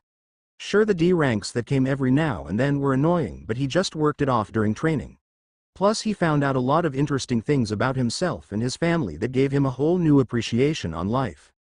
Hinata was about the same, waiting for her sensei and team to show. She kept up the shy act just for show, and it was paying off. Though she still felt saddened that her cousin Neji had still been treating her as coldly as ever, and the elders weren't helping things either. She had been made to fight her sister as training for the entire week straight, and it was starting to get frustrating for her. She didn't want her sister to start growing an ego, but it was starting to show. But that just fueled her own determination to show them what she was made of. And to finally get Naruto's full attention, but that would come when she felt it was the right time. Speaking of, Hana had revealed herself to be very much alive. And to the Hyuga elders' horror and shock, she was not happy. To put the events that happened at the Hyuga estate. Hiyashi, for the first time in the Hyuga heiress life, cried. The elders were reminded of why Hana was a force to be reckoned with. And best of all, Hinata and Hanabi were able to be with their mother. It was kind of awkward for the younger sibling, but after a bit of time, the Hyuga mother hoped she would get used to her being around the house now. As both genin waited for their teams to arrive, they both reminisced about the start of their training. Flashback jutsu. Naruto, Hinata, and their mothers stood in the middle of an empty training field. It had been a week since their reunion. To say the TW genin were still on cloud 9 would be an understatement. The two still couldn't believe their own moms wanted to train them. But the biggest surprise came after they were told of the plan. The plan was Kushina and Hana would stay at the former's house. Meanwhile, Naruto and Hinata would go about life as usual. Their training would actually last for 2 months until the Chunin exams coming up, leaving the last 2 days for a bit of rest. And in those 2 days, Hana would reveal herself to the Hyugas. And that was going to be awesome, seeing the looks on their faces, as Kushina put it. As for Kushina, she would reveal herself in her own time. Knowing Kakashi like he did, Hiruzen had a good idea that he, along with the other sensei of the rookies, were planning on nominating their genin for it. Okay, you two. Now that we have a good place we can train in private, we can get down to training. Kushina said proudly. Naruto gave a whoop while Hinata nodded her head with eagerness. Alright then, Hinata, come with me, Hana said, and with that Hinata gave Naruto one last smile and walked off with her mother. Naruto watched until they were both gone before hearing his mother's voice bring him back to reality. So, do you like her? Naruto's shocked and red face was a dead giveaway when spun to face her. Do you want me to tell her for you, my little Naru-chan? the former Jinchuriki teased. No. I mean, Naruto was cut off by his mom's laughter. I'm just joking, Naruto. Naruto breathed a sigh of relief. I'll leave the romantics to you. But remember this, the redhead poked her son's chest where his heart was. Love comes from here. She then poked his head, not here. A thoughtful look passed through Naruto's features before he smiled and replied, got it, Ka-chan. Satisfied with her son's answer, Kushina smiled and said, good. Now that all that is out of the way, let's get to training. All right. With Hinata. Hinata was panting with her hands on her knees. Her mom had told her to attack her with all her strength. Of course she thought that was a bit crazy, but her mom quickly proved her wrong. Even though it had only been 2 days since she had woken up from her coma, her mom was able to dodge every hit she had thrown at her. It was almost as if her mother was dancing. Then things had gotten bad when her mom had shifted from defense to offense. Hana was almost a blur. It was like she never was in a coma to begin with, but what really got the young Genin's attention was her mother's last palm strike. Though she had blocked it, the strike had not only knocked her off her feet, but it had sent her flying all the way into a tree, which broke as soon as the girl's back impacted with it. Luckily Hinata thought to cushion the impact with her chakra. I see your training with Naruto has helped your stamina, Hana said, coming out of her stance. If you were anyone else, you would probably be knocked out. Thank you Huff Ka-san. Hinata replied in between breaths. Suddenly Hana was in front of her with a big mischievous smile on her face. Don't go thanking me just yet. From what you've shown me, the normal Jiyuken seems to be a bit stiff for you. What do you mean? At certain times when I attacked you, I noticed you wanted to dodge my attacks, but instead you chose to stand your ground and try to block or parry the hits. Hinata could only look down, ashamed of herself. To be honest, she had hoped that her mom wouldn't notice. She should have known better than to think that. I guess it runs in the family. Hinata's head shot back up with a confused look on it. I was never cut out for the Jiyuken either. That's why I made my own style, called the Juho, or the gentle step. That's how come you moved so gracefully. Exactly, the Hyuga mother replied. Then she walked up to Hinata and whispered something in her daughter's ear. Then nearly broke into laughter at the look of pure shock and confusion. Now that we have gotten that out of the way, let's get back to it. I believe that's been enough rest. It's going to take a huge amount of work if you're going to learn my variation of the gentle fist. But if you manage to learn it, I may teach you a trick or two of my own, and one my sensei, and Kushina taught me. And also make no mistake, just because I'm your mother doesn't mean I'll take it any easier on you. Hinata's eyes lit up at the prospect of learning some new techniques. That little bit of Naruto had rubbed off on her. She would most definitely get everyone's attention, Naruto's included. Then her eyes narrowed into a determined look. She was going to be a lot stronger. Especially if she wanted to achieve her dreams. With Naruto. Man Ka-chan, you hit hard, Naruto said as he lay on the ground breathing hard. Kushina for her part was breathing a bit heavy but otherwise okay. The two had just finished an all-out spar and for the most part, it was enjoyable. Well, I at least know where to start at. His taijutsu really isn't that bad, but it still needs a lot of work. Plus on top of that, were those Jiyuken moves that he used earlier. She smiled a bit. But those shadow clones he used would come in handy for what I want to teach him. Kushina thought as her son started to get to his feet a bit shakily. She pulled out a small square sheet of paper. But let's see if he can learn it. She then handed the paper to Naruto, who eyed it and then her. This, she explained, is chakra paper. When a person filters their chakra into it, the paper will react in one of 5 ways. Thus telling you what your affinity is. Affinity? Yep. Your elemental affinity. You read about them in the academy, right? Naruto nodded.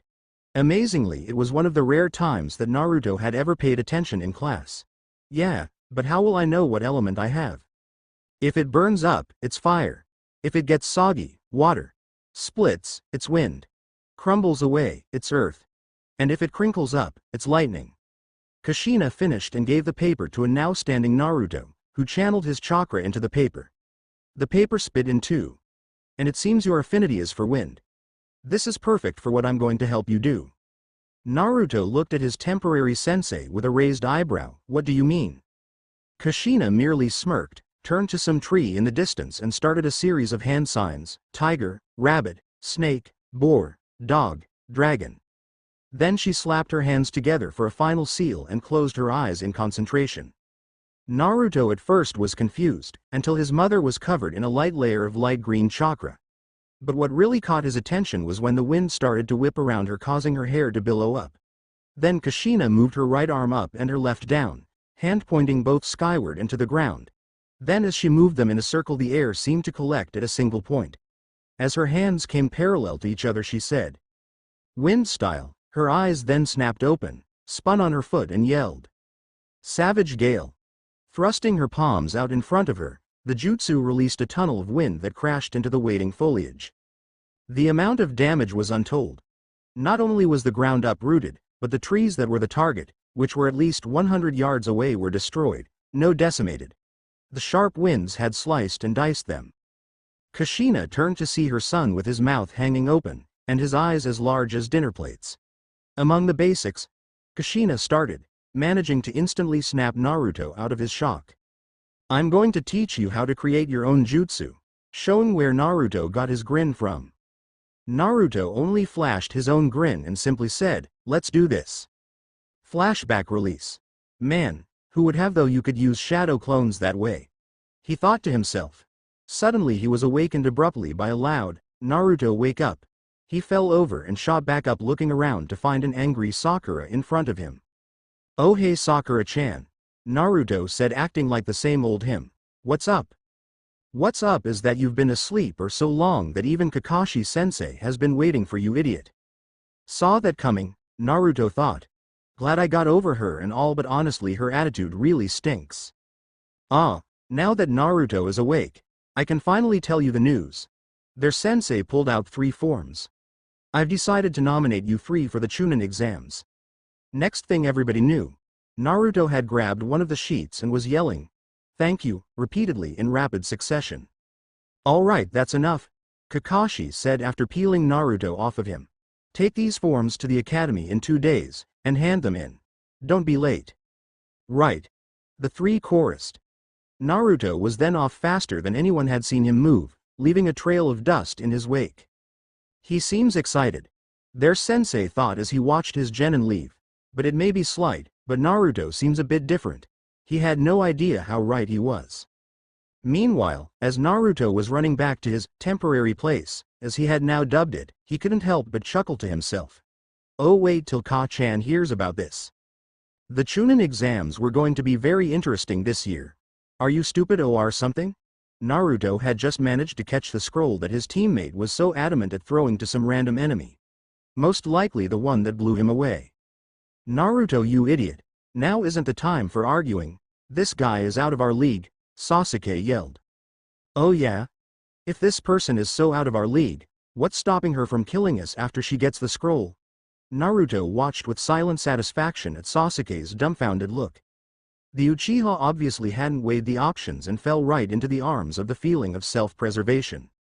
Naruto looked out. Suddenly, a giant snake head butted the branch that Naruto was standing on. The blonde genin immediately righted himself, only to get knocked into and embedded in a tree. Ah! Dang, for something so big it moves fast. "So you're the one who got away from my other pet," the unknown ninja said, "but I can see why. You're smarter than you seem." "I'll take that as a compliment." Naruto then jumped away from the snake once again. "Take this." Naruto flung 2 paper bombs attached to kunai into the snake's eyes, blowing its head off. "Impressive, but I've wasted enough time with you. Time to get what I came for." The ninja made a few hand signs and summoned another snake. "Now let's see how well you can handle yourself, Sasuke-kun." The snake and its summoner then charged Sasuke. All the Uchiha could do was watch as the giant serpent grew closer. But in a flash of orange, Naruto had managed to stop the reptile stabbing 2 kunai into its muzzle. "You're not scared, are ya?" Naruto's voice shook Sasuke out of his reverie. The black-eyed boy looked and found Naruto's now red eyes staring at him. The words bringing him back to what he called the blonde on their mission in Wave. Suddenly, something wrapped itself around Naruto and hoisted him up violently. "Hey, let me go, you creep!"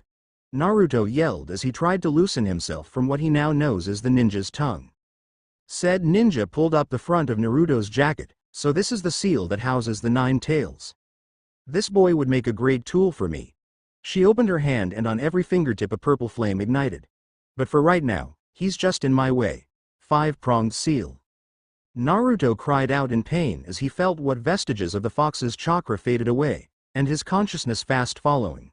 With all the strength he could muster, he lurched forward, head-butted his captor, took the scroll and tossed it with all he had in Sakura's direction. Sakura catch.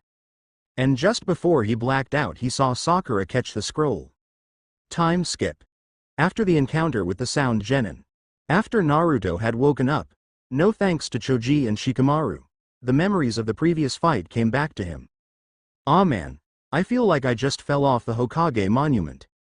"Naruto, you're awake." A voice from outside the makeshift cave sounded.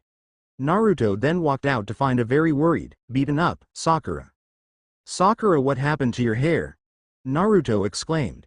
He actually thought it suited his female teammate, but for the sake of playing the fool he kept quiet. "Yeah, I sort of cut it like this," his teammate replied. "What happened while I was out?" Sakura then explained all that happened to her while he and Sasuke were out. Then a thought occurred to him. "Hey Sakura, did you catch that scroll yesterday?" Thankfully she nodded and pulled out the heaven scroll. Naruto breathed a sigh of relief. "But we still need another scroll." Sasuke spoke up, making his presence known. Suddenly the bushes rattled and shook. Everybody who could still fight got ready for an attack, but what came out was not what they were expecting. "Hey boss, we're back." Naruto's clones came out of the bushes, smiles on their faces and all. "Judging by the smiles, I'm guessing that the little expedition I sent you guys on paid off," Naruto said. The clones merely nodded and pulled out 2 scrolls each. One of them saying, "Did you really have to ask?" Then they tossed them over, to which Naruto caught 2, and Shikamaru caught the others. "So do we all that the scrolls that we need?" Naruto asked, to which he got a universal nod from everyone. "Well, let's get go." Grrrh! Naruto was cut off by an immense roar. What was that?" Ino shakily said. "I don't know, but let's get out of here, guys." Choji spoke up. Suddenly a yell sounded out along with the bushes in the general direction shook. Then Kiba broke through with both Hinata and Shino hot on his heels. "Run, you bunch of idiots! Run!" he shouted as Team 8 passed by in a near blur. As soon as the group turned back to the vegetation, a bear the size of what Naruto would describe it, a freaking house, burst forth from its green confines. It didn't take long for the other genin to catch up with their fellow graduates. "Shino, what the heck did you guys do to make that thing so mad?" Naruto yelled as they ran. "Well, first we had the unfortunateness of being in its territory, and it seems like we'll have to talk later." Shino continued after he and Naruto saw that they had somehow fallen behind and immediately sped up. "We're almost there," Sasuke shouted as they saw the open door of their destination in reach. Suddenly Ino tripped and fell, getting up immediately to see a huge shadow looming over her. Staring up as the bear reared up to strike her down, all the purple-wearing Kunoichi could do in her fear-induced state was close her eyes and brace herself, as she heard Sakura yell her name. What she didn't notice was that 2 blurs flew past her and body tackled the giant mammal. Ino reopened her eyes to see Hinata standing in front of her. "Ino-san, are you alright?" "Yeah." Her reply was cut off as the bear roared again in anger. Ino stood up and got ready to fight, but Naruto held his arm up in front of her. "Don't worry Ino, we got this." Saying the last part as he looked at Hinata, who nodded. "Think you can put him down?" "Naruto, you know I can," the Hyuga heiress confidently. Then she took off towards the giant bear, Naruto right behind her. Hinata leapt over a swipe from the bear and pelted its spine with Jayuken strikes. Then Naruto jumped high into the air and summoned a huge amount of clones that were enough to dogpile the beast. "And now, we run." "But what did you?" Ino started but was cut off. "No time. Run." The 2 friends yelled as the both grabbed one of her hands and ran as fast as their legs could take them. They made it into the room as soon as an immense boom was heard behind them. They managed to close the door just in time before the dust raised by the explosion. "What was that?" came a familiar voice from behind them. "Ah hey Iruka-sensei." Naruto cheered. "That's just a little something I call my clone Big Bang." "Ukai." Iruka said with a sweat drop. "Well, let me be the first to tell you congratulations on passing Tei's second stage of the Chunin exams." Naruto whooped, and Hinata smiled. "Well, since you guys have a couple of days left, you guys can relax and prepare for the next test afterwards." "Yes, Iruka-sensei." The teams tell their former teacher. Then without thinking, Naruto walked to his team's room, plopped down on the bed face first, and was out like a light. He had totally forgotten about the incident that nearly got him and his friends killed. The insect user could only say, "I suppose I would just have to tell him tomorrow." It wouldn't be until the day of when Shino told Naruto. "Hey Hinata," Ino called. "Ha-oh, yes Ino-san," Hinata replied. "I wanted to say thank you and all, for saving me, I mean." "It's no problem at all," the heiress said with a smile. After all, it was Naruto that blew up the bear. "Yeah, how did he do that anyway?" Hinata had a thoughtful expression on her face before shrugging. "I don't know." Then she walked off to find her team's room. "Oh, that is crap, and you know it, Hinata," Ino thought with a smirk as she watched her fellow genin walk away. "Feel something off too, Ino?" Shikamaru said, walking up to his teammate, who nodded. "Same here." Naruto almost decked Choji. Ino turned to him with disbelief on her face. "Yeah, that what we get when we decided to wake him up by bopping him on the head. As soon as I hit him, he shot awake, grabbed Choji by the collar. Thought he was going to follow through, but all he did was yell at us when he figured it was us." "Whoa, yeah, well, let's get Choji and get some rest." Knowing him, he's already at the cafeteria. Ino nodded again and walked to the cafeteria with her teammate. But in her mind, all she could think about was what had transpired and what Shikamaru had said to her. There was so much that had happened over a couple of days. On top of that, the seemingly quiet Hinata jumping into action at the blink of an eye, and even more unbelievable, the loud and brash Naruto reacting to the slightest, well, not slightest, pain and automatically shifting to attack mode. I can't believe I'm saying this, but this is so troublesome. Naruto had met up with Shino in the hallway after he had breakfast, the insect user reminding the blonde of what had happened in the forest a day ago. "Oh, hey Shino. Sorry about yesterday, but I was bushed." "It's understandable, the event of yesterday also left me tired." Naruto's face then took on a more serious look.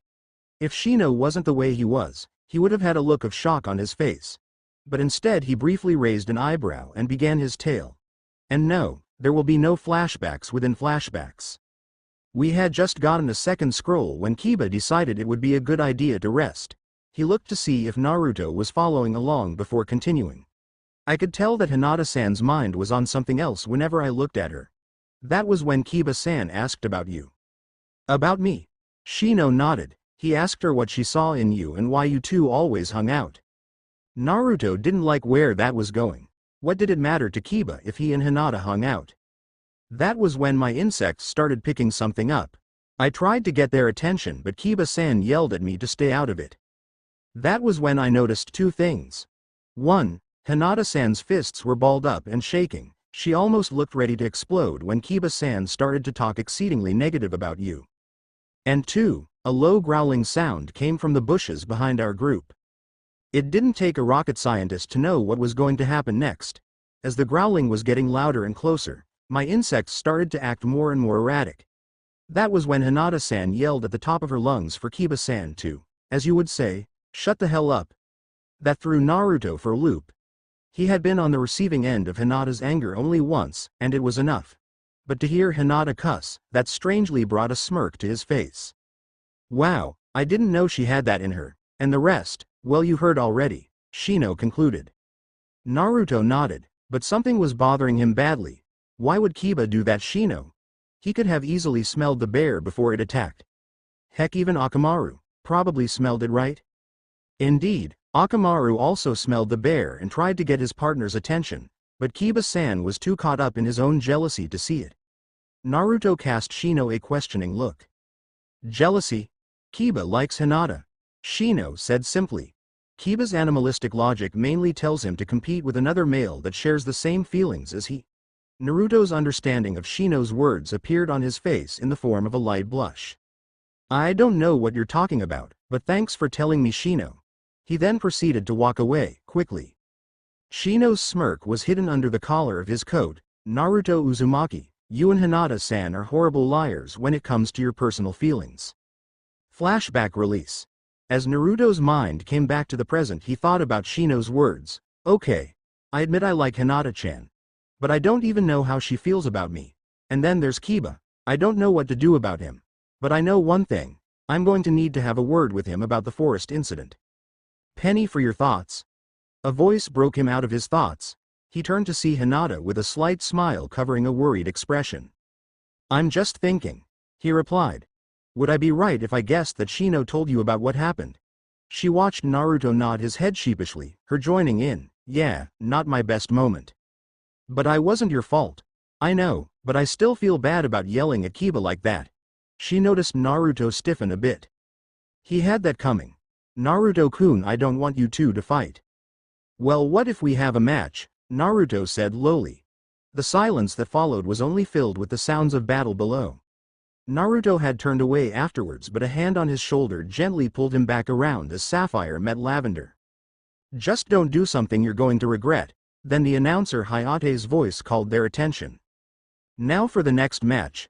The entire room was silent as they watched the names shift again and again until it landed on two names. Hinata Hyuga vs Neji Hyuga. Naruto let his gaze wander over to Hinata. Her own gaze had wandered and locked onto her opponent, Neji. The elder of the two Hyuga's gaze pierced into her almost like a blade. She felt herself starting to shake but managed to push it down before her cousin would notice, but judging by the smirk he had already seen. But that smile quickly disappeared as Naruto stepped into his line of sight. Naruto's gaze held a calm but threatening look to them. The other Genin and Jonin almost thought they were going to fight, but Neji's voice broke through the tension. You won't be able to protect her this time, Uzumaki. Naruto calmly replied, I won't have to, Neji. His reply had a distinct edge in it that everyone noticed.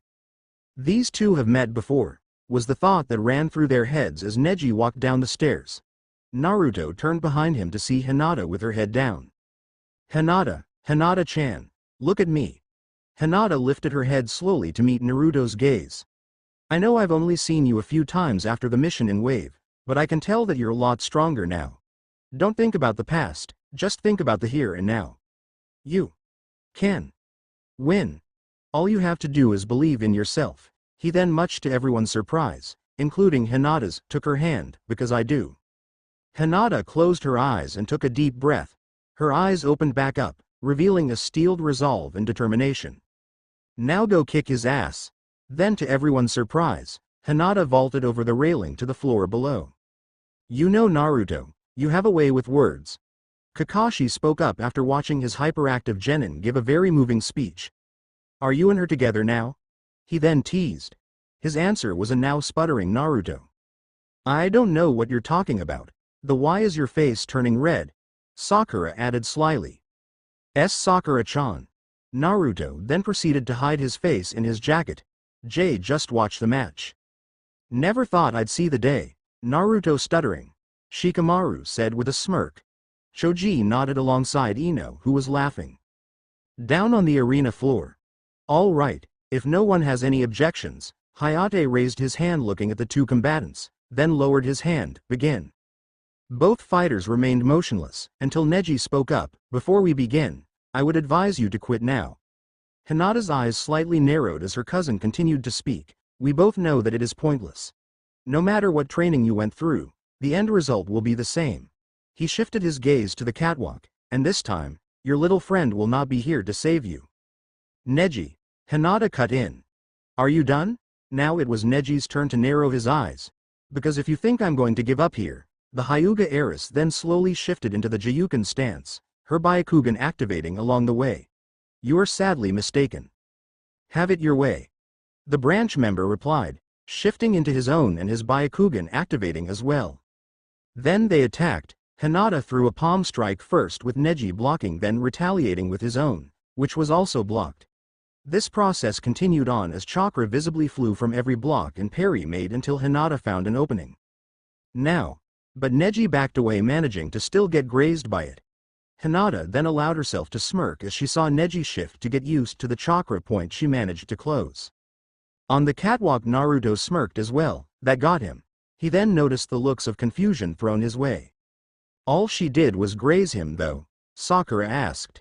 Yeah, she didn't hit him full on, Ino added. That actually may be all that's needed. Sounded a voice from behind them. They turned to see Might Guy, Neji's Jonin instructor and Team 10 leader, and Rock Lee, Neji's teammate. If one were to look at the two they would think they were looking in a mirror sideways. The only difference being in height and the fact that Lee has his hands and forearms wrapped up. Both were watching the match while talking. Guy also noticed that Lee's grip on the railing had tightened.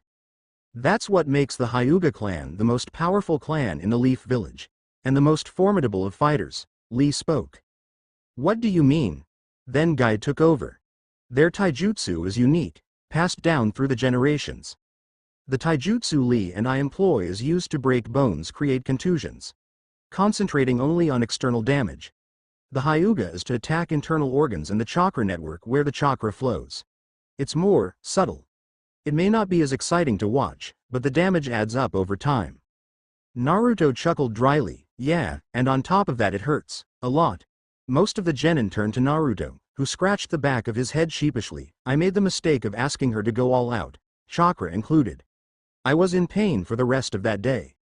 Sakura gasped in unbelief, but as she looked back at the renewed fight below she heard her sensei's voice. You see, no matter how much you train, your internal organs can never be built up.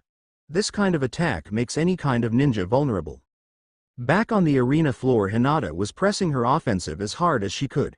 Come on Hinata, faster, you can do this. She's giving him all he can handle, Shino thought. Hinata, Kurenai thought. She was one of the few people informed about Hinata's mother. She even met the woman once. Letting herself smile she let her thoughts convey what she was feeling. Hana-san must have put you through your paces. Attacking the chakra network, Sakura mused then turned to Naruto. These guys are incredible. Naruto turned to her with a smirk. Yep. Hinata lashed out with a palm strike again, making Neji back up again. The two waited only a few seconds and as the distance shrunk, both Hyugas pulled one arm back and attacked. A visual display of chakra appeared on both sides of the hunched-over fighters. Did she get him? Sakura spoke to no one in particular. Please be all right, Naruto hoped, but his hopes were dashed. He heard her cough. Neji backed up with a triumphant smirk as he backed up, revealing that while he had struck Hinata in the chest, he moved her arm to strike his shoulder. Hinata then shoved Neji's arm out of the way to try to counter, but Neji just caught her arm and struck it with 2 fingers. He then rolled her sleeve down. Wait, you mean? Yes. I could already see your chakra points. You're nothing more than a dartboard to me. He then hit her with a chakra-less palm thrust, knocking her away. He heard Naruto call her, then looked up at him with a sneer. Then looked back at the fallen Hyuga heiress who was struggling to get up. Now do you see? The branch member stated. No matter how hard you try. No matter who trains you. He saw Hinata freeze up as she was getting to her feet. You will always and forever be a failure. That is your fate, your destiny. Don't listen to him, Hinata-chan. Naruto shouted. You can win, I know you can. Hinata rose to her full height, her eyes blocked from view by her bangs, and then lifted her hands together. It was then the audience noticed something. Hey, when did she get her hands bandaged? Really, Naruto? I thought you would have noticed holding your girlfriend's hand felt different than normal. Kakashi chimed in, teasing at the same time. Shut up, Kakashi-sensei. Naruto stammered. He didn't deny it though. As Hinata removed the bandages around her left hand, it revealed an ornate marking. The marking looked like a tribal sun tattoo.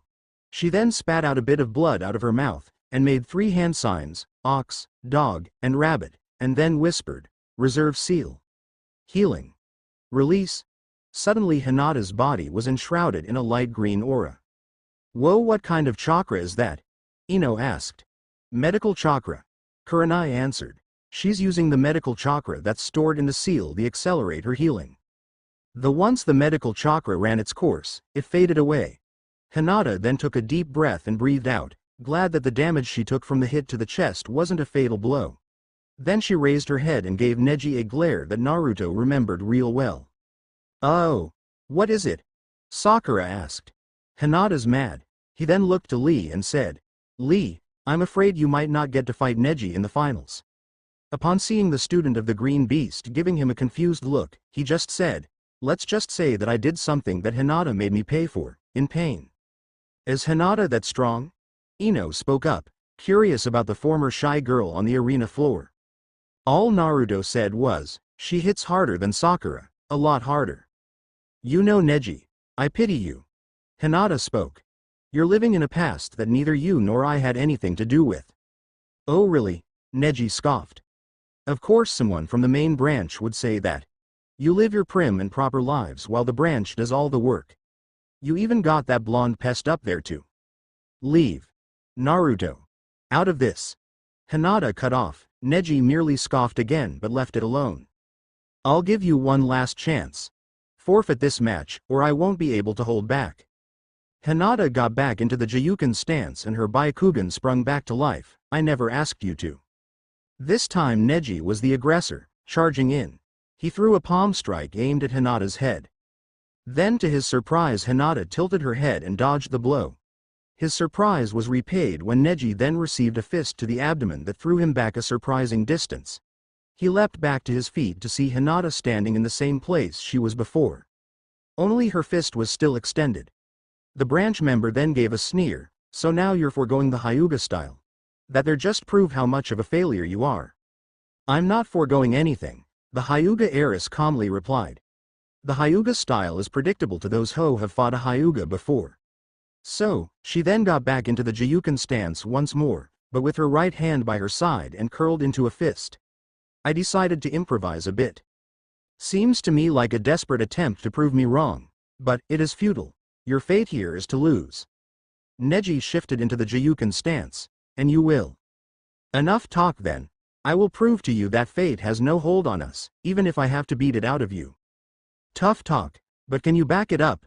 Neji took off at full speed this time and lashed out with a palm strike. Hinata dodged and retaliated with one of her own, which Neji blocked, but the older Hyuga was pushed back. How is she doing that? Neji growled out as he blocked another strike and tried to retaliate with one of his own. The opposite held the same for him as well. He just couldn't land a hit on her. It was downright frustrating. It was time for another approach. Hinata ducked and dodged Neji's strikes, then threw another strike at her opponent, who parried it away and got some distance. Not wanting to let go of her advantage, Hinata chased after him, just as planned. Up on the catwalk Naruto noticed something was off, because when Neji got distance he just stopped. That would be a bad idea, unless Hinata don't. Too late. Neji yelled as Hinata was within a foot of him. 8 trigrams. Palm rotation. Neji spun on the ball of his foot and a dome of chakra sprung to life, catching Hinata's right arm in it. You could barely hear the wild sounds of the dome for Hinata's cries of pain.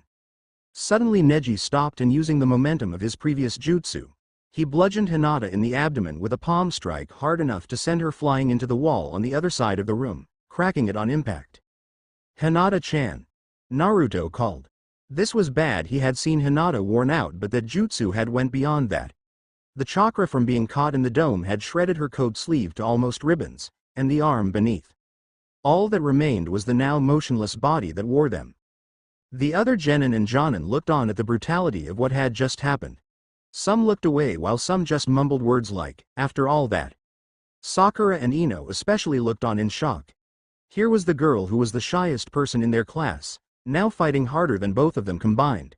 And to see her take a hit like that, it was almost too much to watch. Meanwhile, Neji was slumped over panting from fatigue, but he let a devious smirk come to his face. It may have cost me some chakra, but it was worth it. He had shown that main branch failure the difference between elites and failures. He then looked up to see Naruto yelling his heart out for Hinata to get up. Yell as much as you want, pest, she won't be getting up for. His train of thought was interrupted when he saw the prone form of Hinata start to move. Everyone watched with tense expressions as the Hyuga heiress started to get up. Naruto intensely tried to keep himself rooted in his spot. As much as he wanted to help, he couldn't. He would be risking getting her disqualified. Come on Hinata. Get up. Hinata got to her feet holding her arm. It was bleeding badly but it was healing. Why don't you just give up? Neji called out confidently. You're bound by fate to lose this match. This will be the first time I'm doing this, but I wanted to try it. Insert song. Bleach Ost. Hollowed. It took Hinata a while to catch her breath, but she spoke with as much determination as she could muster. I can't afford to lose. Her eyes closed and then snapped back open. I made a promise to a friend and I intend to stand by it. So if you plan on trying to make me give up, as I said before, you are sadly mistaken. She then shakily got back into her custom stance. I'm not the one bound by fate, Neji, it's you. Neji's expression visibly changed to rage at that point. Fine then. He charged at Hinata, his entire being laced in killer intent. If he was calmer, Neji would have caught the hidden smirk on his cousin's face. He threw his palm forward, only to be met with the crunch of wood. Suddenly he felt an intense grip on his wrist. That's what I was waiting for, shouted the voice of the owner. What? Neji's confused face was answered when he looked over at Hinata's right hand. The bandages that surrounded it burned off, and with a loud yell, an intense amount of chakra was released. Great enough that the wind was blowing around the room itself. What an intense amount of chakra, was the main thought that went around all the Jonin's thoughts. What have you been teaching your genin, Kurenai? Asuma said as he was able to regain his bearings. All Kurenai could do was shake her head as she adamantly watched the seal that was hidden on her student's right hand glow and chakra start to form around Hinata's arm. Not wanting to get hit by whatever Hinata had planned, he tried to get loose. Let go. But Hinata just dodged the palm strikes to the head. My turn, she said with a growl, her scales becoming more pronounced. Suddenly the amount of chakra shot up as it formed a giant lion head. The last thing Neji saw before the hit, a very angry lion. Go for it, exclaimed Naruto's voice. Lion's fist. True to its name, Hinata's fist impacted her cousin and the jutsu engulfed him, chakra and all. The explosion that followed caused a shockwave that nearly threw everyone off their feet. To think she completed a jutsu Yukaden Hana, the old Hokage thought. Ost end. When the dust cleared, it revealed Neji lying motionless on the ground, body smoking and cloths torn to shreds, and Hinata standing tall and proud. Hayate went to check on the fallen Hyuga. Luckily he found a pulse. He looked and gave a nod to the younger Hyuga, which garnered a relieved sigh from the girl. But just as he was about to call the match. No. Everyone's eyes shot down to a struggling Neji. I refuse to lose to a failure. Luckily Hinata was still standing in the same spot. She took a deep breath, and as Neji charged, she moved her headband to her forehead, squared her shoulders, dodged the angry palm thrust from her cousin, leaned back in. Clang, two forehead protectors met, and the older owner of one collapsed in a heap. Naruto style. Head smash, Hinata said with a smirk. Everyone looked at Naruto with a, really? Look on their faces. What? It's an awesome jutsu I made up, they all sweat dropped. The winner of this match is Hinata Hyuga, Hayate announced. Hinata beamed at the praise that came from her friends on the catwalk. But that was interrupted by the throbbing pain in the front of her skull. Ow. After she got up the stairs, she hoped that Naruto wouldn't swing her around in a fit of joy. Alright, good job Hinata-chan, but it was not to be. Naruto-kun, as much as I enjoy you swinging me around and all, my head is killing me, please stop. Oh, sorry Hinata-chan. He put her back down and scratched the back of his head, all the while keeping his wide happy grin on his face. I didn't think you would ever use my special jutsu. Hinata laughed lightly, the headache ebbing away very slowly. Yeah, neither did I, but Neji-ni-san was a tough opponent. Not even my lion fist could take him out. So that was the name of that technique. Man, when I saw you were about to clobber him I just got amped. I heard. Hinata replied with a smile.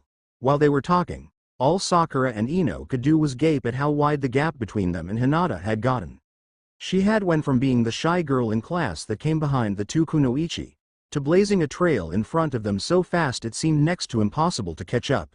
As it stood now, of the three of them, Hinata was the most powerful kunoichi no, ninja of all of them. Hey Hinata, said Hyuga, turned to look at her fellow kunoichi. Don't think that just because you now have a super-powered punch that you're gonna beat us, Ino challenged. And when we've gotten stronger, we'll see who is the strongest out of all of us, Sakura added. Behind Hinata, Naruto smirked. He had a feeling that when Hinata showed what she could really do, the gap that she placed would become a challenge to his teammate and her friend. Hinata smiled and held up a fist. I will look forward to that day then. And believe me, next time I'll have 2 super-powered punches. What a wonderful display of youth, Guy called out, effectively ruining the moment. Hinata-chan, I will strive to be stronger than you now, Lee called after showing up directly in front of Hinata. Huh, was all the heiress could say at the display. Well, Hinata-chan, Naruto said, it turns out that Neji was Lee's rival, and since you beat him just now, you are now my rival, Lee completed. Oh, great, Hinata said with a nervous smile on her face. What have I gotten myself into? Then the announcement came. The next match will now be decided. The words on the screen shifted again and again until it stopped. When everyone spied the names, they spotted the competitors already glaring at each other. Everyone had also happened to miss the gasp of worry from Hinata. Naruto Uzumaki vs Kiba Inuzuka, time to settle this once and for all, was the thought of both fighters. The room was quiet. The tension in the air thicker than it was with the last match. On the stands the Hyuga heiress watched with a mixture of anticipation and worry. Anticipation in seeing her best friend and teammate in action, but also worry over the look on the Inuzuka's face. Hinata knew well enough the scope of Kiba's crush on her, including his jealousy towards Naruto. And if the murderous look in his eyes was anything to go by, Naruto was in big trouble. On the other hand, though Naruto was giving Kiba a more neutral look, but his body language spoke differently. In fact, he looked just as eager to tear into the dog-like clansman. She swallowed a lump in her throat. No matter how much she tried to reassure herself, she knew this fight was going to get out of hand. And someone was going to be seriously hurt. Man, I've never seen those two so serious, Ino said. You would think they would be trash-talking each other by now, but they are just standing there stock still. I know what you mean, Sakura replied.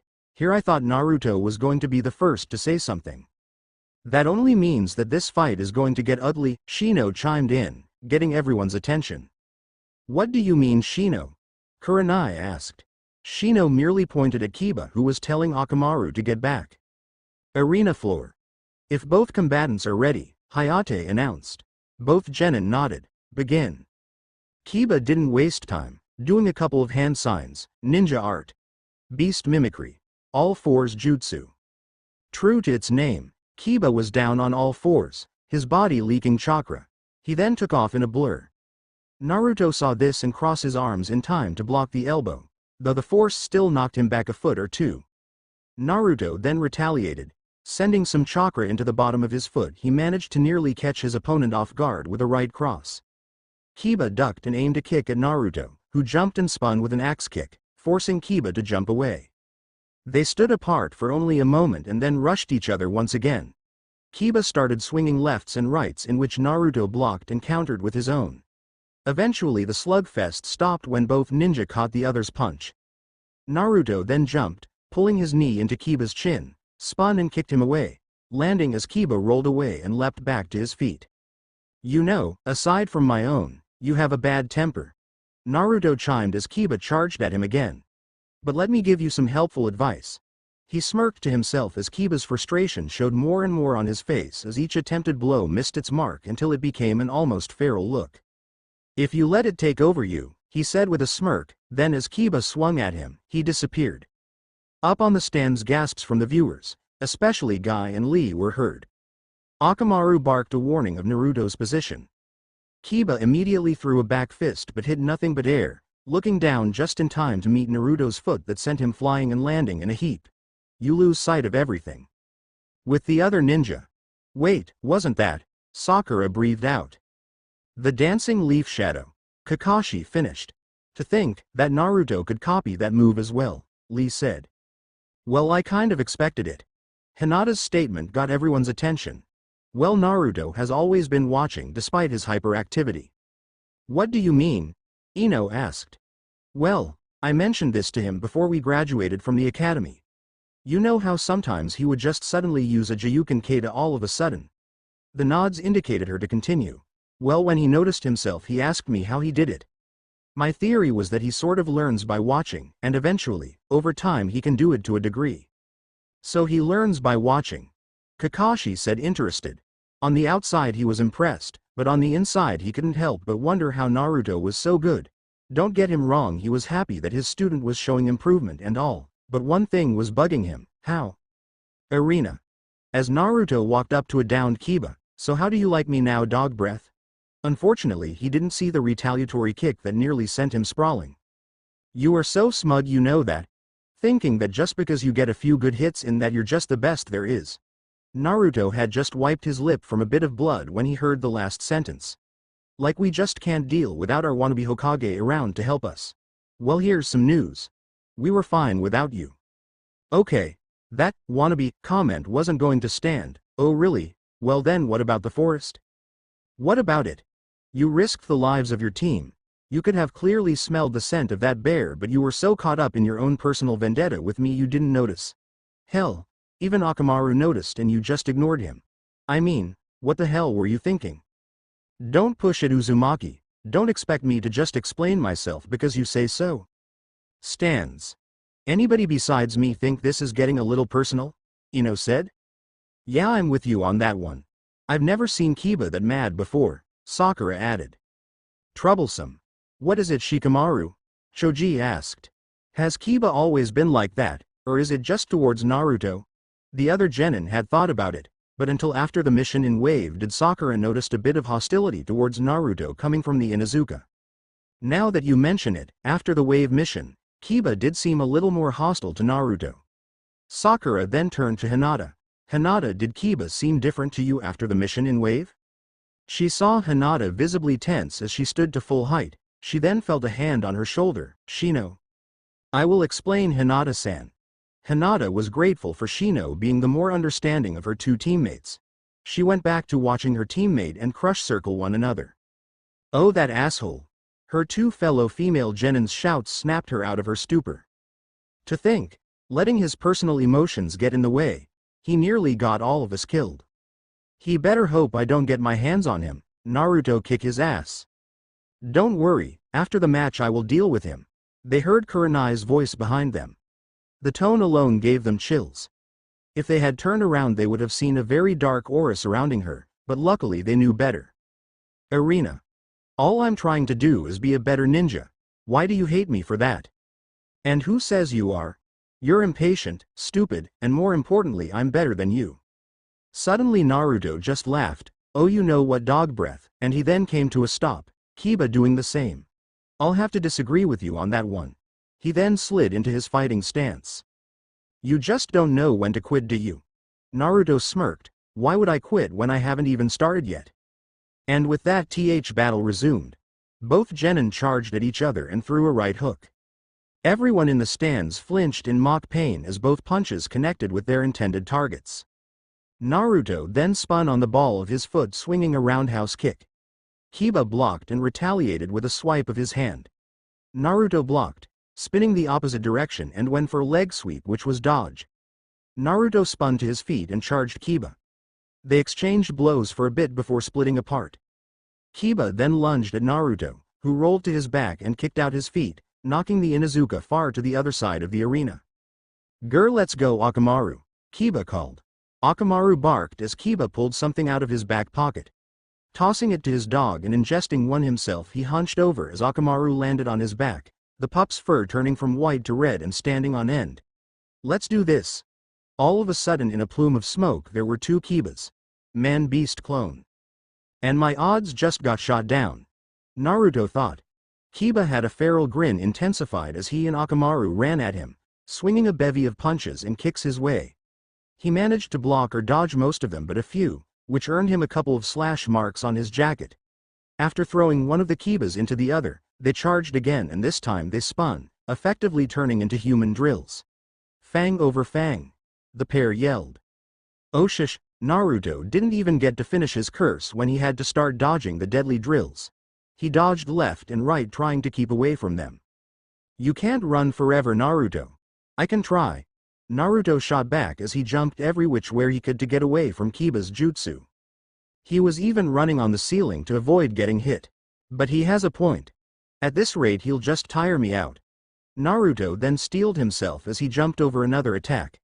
He ran to the opposite short wall and jumped off of it, towards Kiba's jutsu. The room collectively gasped as time seemed to slow and the two opponents neared.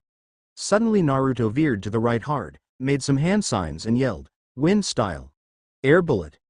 Naruto fired a volleyball-sized bullet of air that sent the human drill careening out of control and into a wall. Naruto smirked as he heard curse words coming from the wall that the drill was sent to. Yep, he had hit Kiba. What the hell? When did you learn that jutsu? It's called training Kiba.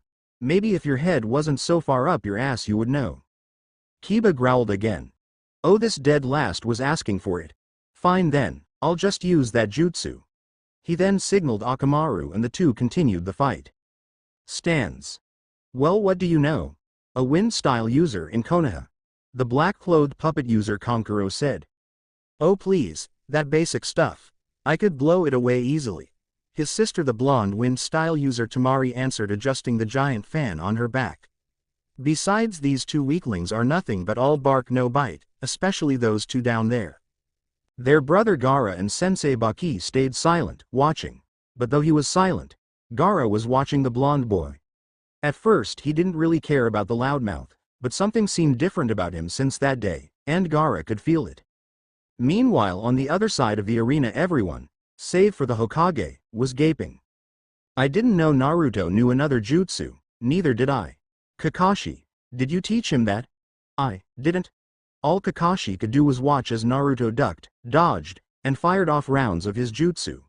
It just didn't make sense. Of course, it seemed that Naruto was getting more into his team and all, and he seemed a bit calmer. But he would have never have guessed Naruto was learning jutsus on his own. He would have to ask about it after the exams were over. Back at the battle. What's wrong, Kiba? Naruto called as Kiba stopped in front of him. Running out of steam? Kiba said nothing as he sent a hidden signal to Akamaru, who nodded in understanding. The moment they crouched, Naruto prepared himself for another blitz. And just as before, Naruto had to dodge Kiba's jutsu, but something was different. As Naruto jumped over one of the Kibas, he looked behind just in time to see both of the drills combining. What the? Naruto didn't get enough time as the drill bore down on his now just landed form. Wind style. Air bullets. Naruto fired off 6 blasts of wind, but as they came into contact with his opponent, they were torn apart. Naruto let out a curse as he tried to jump over the jutsu. He made it, but not without incident. Naruto had a gash on his leg from the jutsu. Even without wind chakra, the jutsu is dangerous. Naruto, look out! Sakura's voice brought him back. Just in time for one of the tunneling fangs to knock him into the air. But Kiba wasn't done yet. He started juggling Naruto back and forth, ripping into the blonde's flesh, blood flying everywhere. He was going to show Naruto who the top dog was. And with a final attack sending Naruto into the air once more, both Kibas recombined. This ends now. Super Fang over Fang. Once the jutsu made contact with Naruto, all that could be heard was the boy's screams as he was pinned between the ceiling and Kiba's new jutsu. Kiba's taking this too far, he's gonna kill him. Kiba, enough, you've proven your point. All Hinata could do was watch as Naruto was literally ripped into. Tears were coming from her eyes as she was hoping, praying, for Naruto's pain to end. After a few more moments, Kiba and a now puppy Akamaru landed back on the ground, the former looking up at his handiwork. And he smirked, hey, you should have quit while you were ahead, dead last. Kiba was a bit tired, yes, but the training on his own that he had put into that jutsu paid off and did the job as he intended. Everyone looked up to see the blonde Jinchuriki embedded into the ceiling and was coming loose. Naruto-kun, thought Hinata as she watched her crush, her best friend, fall, seemingly lifeless, and slam into the cold stone floor. Kiba, you jerk. You could have killed him. That's right, you went too far, dog breath. That was an extremely unyouthful thing you have done. Ah, shut up. Kiba yelled back up to the stands. He didn't care, as long as Naruto learned his lesson. Not to mess with his Hinata-chan. As Hayate went to check on Naruto, he suddenly stopped. Naruto had started to move. The gasps that came forth were of shock and fear. As Naruto slowly, painfully made his way to his feet, his wounds were visible. His jacket was ripped to shreds and there were several slash marks in the shirt below, and his right pant leg had been ripped below the shin, while both also sported several slash marks. But the most prominent and horrifying of his features was the blood. Every wound that he sported, he was bleeding from, not including his mouth. In other words, Kiba messed him up, badly. I'm not going down, Naruto started as he tried to get himself steady. Not until I become Hokage. HMPH, still talking about that pipe dream of yours? Well, let me at least do you a favor. Kiba snarkily said as Naruto lifted his head to look at him. I'll just become Hokage for you. Kiba's laughter penetrated the room as Naruto's headband slipped off his head. I got to feel bad for the kid, Kankuro said watching the fight. I have to admit, he is a lot better than I gave him credit for. Yeah, but oh well. Tamari added, and it'll be one less hindrance with the plan. But suddenly, it's not over, Gaara spoke. His siblings looked over to him, seeing their brother's eyes locked on his fellow Jinchuriki. Baki looked over at Gaara. Gaara hasn't acted like this before. What's got his attention on that boy down there? Down in the arena, Kiba's laughter died down. Slowly, silently, Naruto leaned down and picked up his headband, all the while keeping his head down, blocking out his hair. So, that's how it is, right? The tone in which Naruto asked the question was chilling. It spoke of one thing, finality. Kiba snorted, yeah, it is. And this fight is over. Oh, you can barely move. All I have to do is hit you one more time. Naruto raised his head, sapphire orbs almost blazing. Trust me, Kiba, this is far from over. Naruto pocketed the headband, grabbed a shoulder of his orange jacket and ripped it off, leaving his mostly intact shirt. He put his hands in a ram seal and made 3 more signs, snake, hare, then tiger, then threw his right arm up in the air. All of a sudden, 4 golden chains shot into the air from his sleeve, eliciting a lot of reactions from the watching audience. The chains started shrinking and wrapping around his arm, turning into an ornate tattoo. Once the process finished, Naruto's arm was literally covered in chakra, making his arm look like it was covered in blue fire.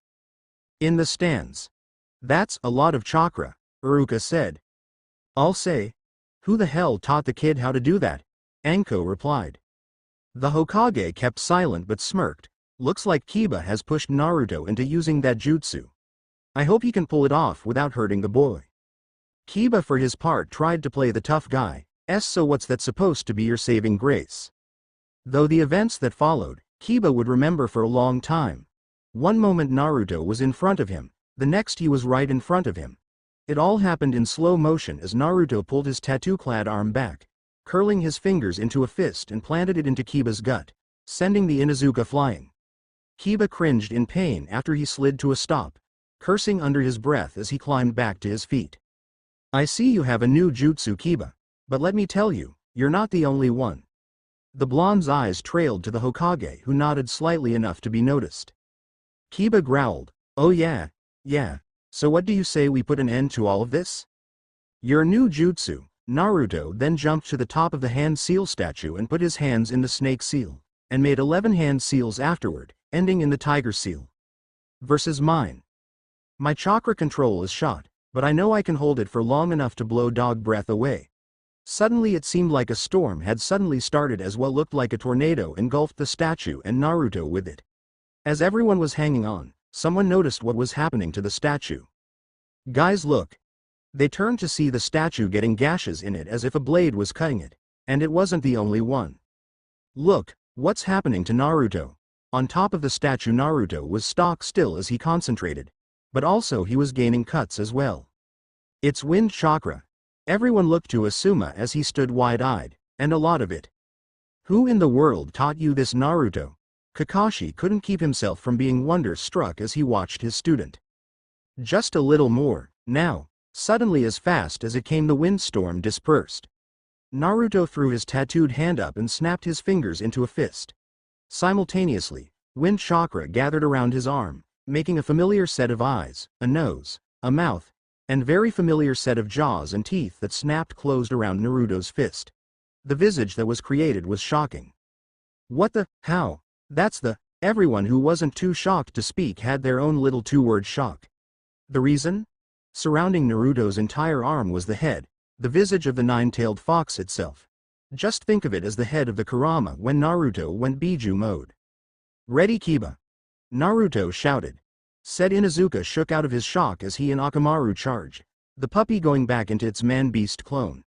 He wasn't going to let the dead last get the best of him just by using some lame scare tactic. Besides, it's just a copy of Hinata's jutsu. Oh, how wrong he was. This ends now, super fang over fang. Naruto stuck himself to the statue, and reared his fist back, wind style. And right on time the visage's eyes flashed light green, right on time. Naruto threw his hand forward with a mighty yell, primal ROARR.